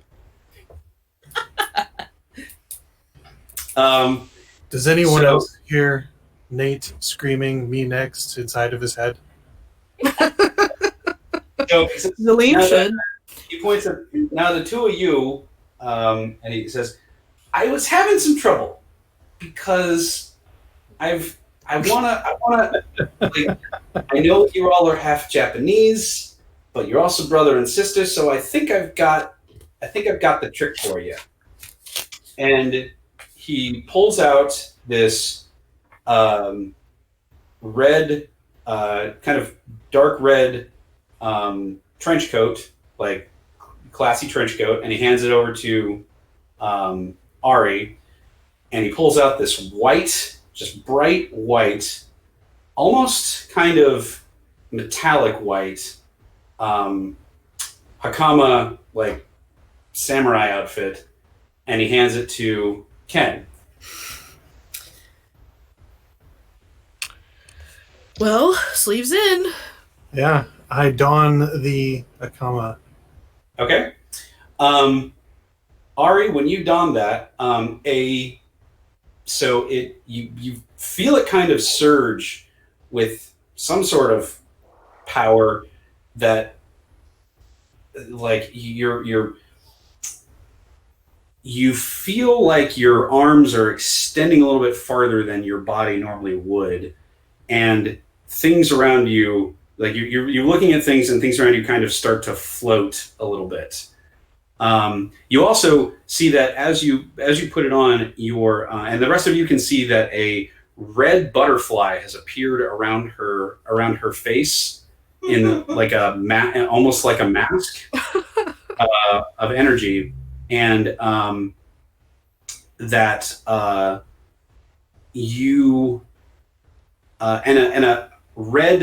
a striking red sash has also appeared around your waist, one that you recognize as belonging to a certain Psylocke. Ken, you put on the outfit, and you notice that the hakama is stitched with metallic threads, and it is stitched in a lightning bolt pattern. And so he said, and when you put it on, everything kind of starts to slow down a little bit. And then eventually kind of speeds back up once you get used to it a little bit. And and Stan says, all right, so stick with me on this. Nate, I know you're a big fan of comic books. I think you'll get my what's what I'm looking for, my train of thought. So with a, yeah. So with a 3 int plus a cult, I'm like, Lisa knows what's going on. Yeah. I know. Wait. Okay, no, I don't get it. Would Ken know? Because I'm like, Silver Samurai is also Ken, but yeah, but does Ken know comic books? That's why I was rolling. Yeah. So he's like, okay, all right. So I wanted to do the whole. I wanted to theme this after some Japanese superheroes, but I also wanted to do the brother and sister angle. Thank you for not making me Jubilee. Yeah. So I would have left. I present Scarlock and the Quicksilver Samurai. Scarlet Witch and Quicksilver. We're twins. Scarlet Witch and Quicksilver and Psylocke and Silver Samurai. Are both. Oh, Oh, I see. It's a good thing he does not own the rights to Wonder Twins. Much better. Oh my god, that was really good. Wonder Twin powers activate. Power of bullshit powers. Well, that just means that Tony gets to be a bucket of water while I get to be his hawk. Yeah, I was like, yeah. Is he gonna Wonder Twin? Ken would have been losing on that bargain. Ice bridge. Oh god, we're still here. Transform me into an ice bridge with rails. I actually think this is a pretty cool idea. Yeah. So he said, so again, it's probably going to take a little bit of time. And I said, all right. He looks over and says, okay, I know you're waiting for it. Come on over. And he reaches into the thing, and he's like, sit on your lap first? What's that? Do I have to sit on your lap first? So he reaches into the thing, and he pulls out a leather jacket. And he hands it to you, and he says, go ahead and put that on. Just try it on and see how it fits. I would take off your hoodie first, though. It's probably going to get kind of bulky under there.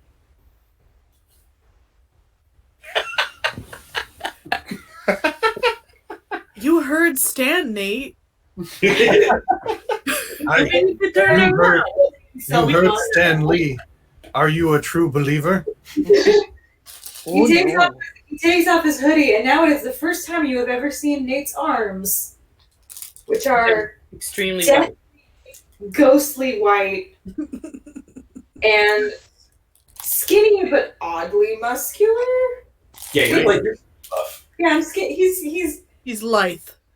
He's swimmer bod, but with extra padding because he's not actually a swimmer. But that level of tall, whatever. But it's a little sad to see his arms. Oh, look at that pale Norton stock, my man. Who is And this then- Mako man? They're like mirror images. And then he, one arm at a time, really slowly, Mhm. puts it on. So it doesn't do anything right away. And then And he looks very dejected. Broken. oh no, hang on a second. You gotta zip it up first.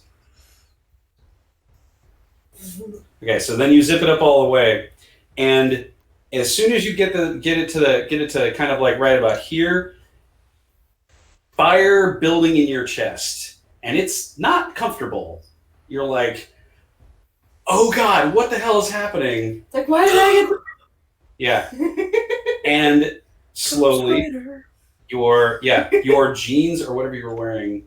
I mean, they're like black skinny jeans. Yeah, your jeans are replaced with biker leathers. Your boots are replaced with biker boots. Your clothing on the outside transforms into spikes on the shoulders, chains around your belt, and more. And so all that transforms, and you realize that you're like, well, it kind of calms down. And there's kind of there's like an explosion that you feel, and it calms down, and everybody's looking at you, and there's still skin on your head, And you look like Nicolas Cage. but you're all made of fire. So now I just look like Hades, but from So Hercules. are we trying to piss off everyone's parent? You're kind of, yeah, you got kind I of, think mine is very happy with this. Regular fire, and yeah. it's still vaguely shaped like hair. It just it's wispy and kind of goes off like that. Your eyebrows are made of fire. Your eyes are red and they burn from the inside. I mean, they were red anyway. Oh, it's true. And he So says, now they smolder. Yeah. I figured if anything, the kid of Hades would probably appreciate being Hell's bounty hunter. It actually takes Nate a second. You find that while you're in this transformed state, Mm-hmm. you're a little less emotional. You see your level of anxiety seems to deaden slightly. Not gone, but it does seem to deaden slightly. Well, this is terrible. Oh, it's Prozac. Right? Nice. Right. But more of a less of in a good like, oh yeah, I feel good, but more of in a slightly in a cold way. Not enough to where it stops you from being awkward, but You're still Thank awkward. goodness. You're just awkward and you look like Ghost Rider. yeah, No. pretty much. He does say, now I gotta be totally honest with you about this one. I didn't actually like sew that jacket. Like the rest of these guys, I made them myself. That one was from a really shitty adaptation of the comic. Isn't it? Yeah, they let the company keep the props afterwards. So Is this Nicolas Cage's jacket? yeah, at least one of them. So be careful with it, I guess. I can't really make one. Does Nate have a toy? Father Hades, prepare Well, my bed, for I'm coming to hell. Right. Not only are you Ghost Rider, but some of Nick Cage's essence might still be in there. Yeah. He just staggers a little bit. And So he's like, Can I sit? oh yeah. He pulls out a chair. It's no longer carrying. It says with that, just so you know, like there's a couple quirks to it. You can if you want to go for the full Ghost Rider skull thing, you can do that if you want. I figured you'd like to still have have skin on your face. I don't know how many people really want to walk around with a skull head, but you can go all out if you really want All to. day, every day. Also, if you don't have the whole flame thing going on, you can make the jacket kind of look like whatever you want. So if you want it to look like a hoodie, it'll look like a hoodie. If you want it to look like a suit coat, it'll look like a suit coat. It's hard to wear a leather jacket everywhere. Sometimes you gotta dress up nice, but I don't want you to be without it.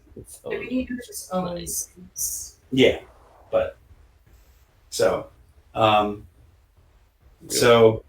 he says, I figured giving you guys a couple of tools and gifts to get you on your way would probably make this whole deal with Fat Tony a whole lot easier. Although you didn't seem to need a whole lot of help dealing with whatever was going on at that homeless shelter that Andrea told me about. Well, thank you for these wonderful gifts. Yes, I very much appreciate. I totally kiss his cheek. He actually blushes at that. You also notice when you do that, he's like, I know I'm so much older than her, but man, she has a nice ass. He didn't say that. Dog. Well, I'm hearing it, but no one else is, right? Because I'm. Yeah. Yep. And he says, I just can you all do something for me real quick? Mm-hmm. All right. He goes back behind his desk and he pulls out an old school Polaroid camera. Wow. And he's like, everybody get together in your best superhero team pose. And he takes a picture of you all as you're in your team up shot doing superhero poses. And says, now I know we got a lot of stuff to do and get going, but I'm glad you guys were able to stop by and I could get these to you. I did pull an all-nighter trying to get these things together in one day. That's impressive. Wow, very impressive. And he says, but Mark, why don't you come upstairs with me and we'll have a chat. We'll sit down and talk about what's going on with you. Mark looks over at the rest of you all and says, well, I'm sure you guys got the rest of New York handled. They can be without me for a minute. We'll work on it. And as you're leaving, or as they leave and exit, you hear a kind of shuffling and stammering from behind the door. And as you get out of the way, you notice that Peter, Andrea, and Sam were all just there, ears on the door, listening in. Nice. And Peter rolls in right afterwards. He's like, "Oh, did you guys get it?" Yes. Oh wow. Yes. Sweet. I am honored to be of relation, even in this odd way. He walks over to you and he's like, "Wait, he gave you the jacket?" Yeah. You know that's Nick Cage's jacket, right? I'm aware. It's like, I respect you. And you're a fellow hero now. But if you destroy that jacket, I will hit you with a shield.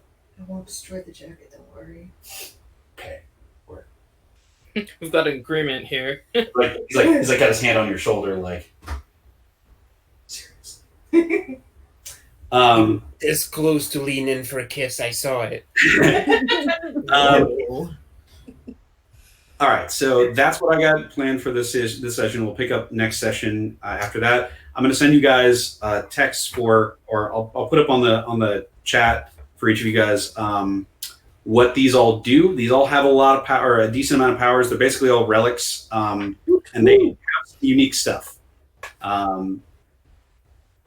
it's a decent power up for you guys, but shouldn't necessarily. It means I can throw bigger, crazier shit at you. Yay! So, Yay! As the only one who got hit. Yay! And I will. It's bound to happen to all of us. Mm-hmm. We'll go ahead and say you guys. He needs to learn how to ride a motorcycle now. Probably comes with a jacket. You guys get. I'm gonna go ahead and give you guys all 5 Woot. XP. Oh, Yeah. So, Crap, spend some. and that is the session. Congratulations, you're now the Weird Avengers. Yay! Woo, we did it. Awesome. Ari does Maybe take time to reshape her butterfly into fox ears. Okay, yeah, that's totally fine. The butterfly thing isn't actually a mask. It's just Yeah, it's the helmet, but instead of having the horn, it's a combination. So check it out. It's a combination of Scarlet Witch's helmet yeah, and Psylocke's butterfly thing that happens over her face whenever she uses her powers. yeah. Which is So why she's like, no, ears. Cool. these guys will give you lots of control. I forgot to mention this, that he was trying to point out that they were all made of quote unquote unstable molecules, which is you can like shift shape and everything, but I forgot to mention that. Oh well. There's no pin particles. Yeah, pin particles, unstable Right, molecules. we still recognize your nerdhood. Sorry. That was something he was going to mention. But all right. Yeah, so that's the game for the night. Thanks Awesome. for playing. And those are pretty cool relics. Yeah. Yep. Good times. I don't. The specific point about yours, Aline, is that it allows you to. It does give you telepathy, and you can talk to everybody else in the party. But specifically, it just allows you to read the thoughts of anybody who's specifically attracted to you. It's one of the things that it can do. I mean, I can exploit that Yeah, very yep. easily. Fun combo. Because we know what you mean. Okay. Anyway, if anybody has anything else, that will be it for this session. Awesome. Yep. As far as I know, we should be good to go for Sunday. Yes, So that there's absolutely. a good vampiring before Jess is out of commission for a couple weeks. Mm-hmm. So that should have her right as rain before the next one. And then, so yeah, we'll do a big ass recap for that one as well. Mhm. And we will see the internet on Wednesday. We'll see the internet on Sunday. So say goodnight, internet. Good night, Good night. Internet.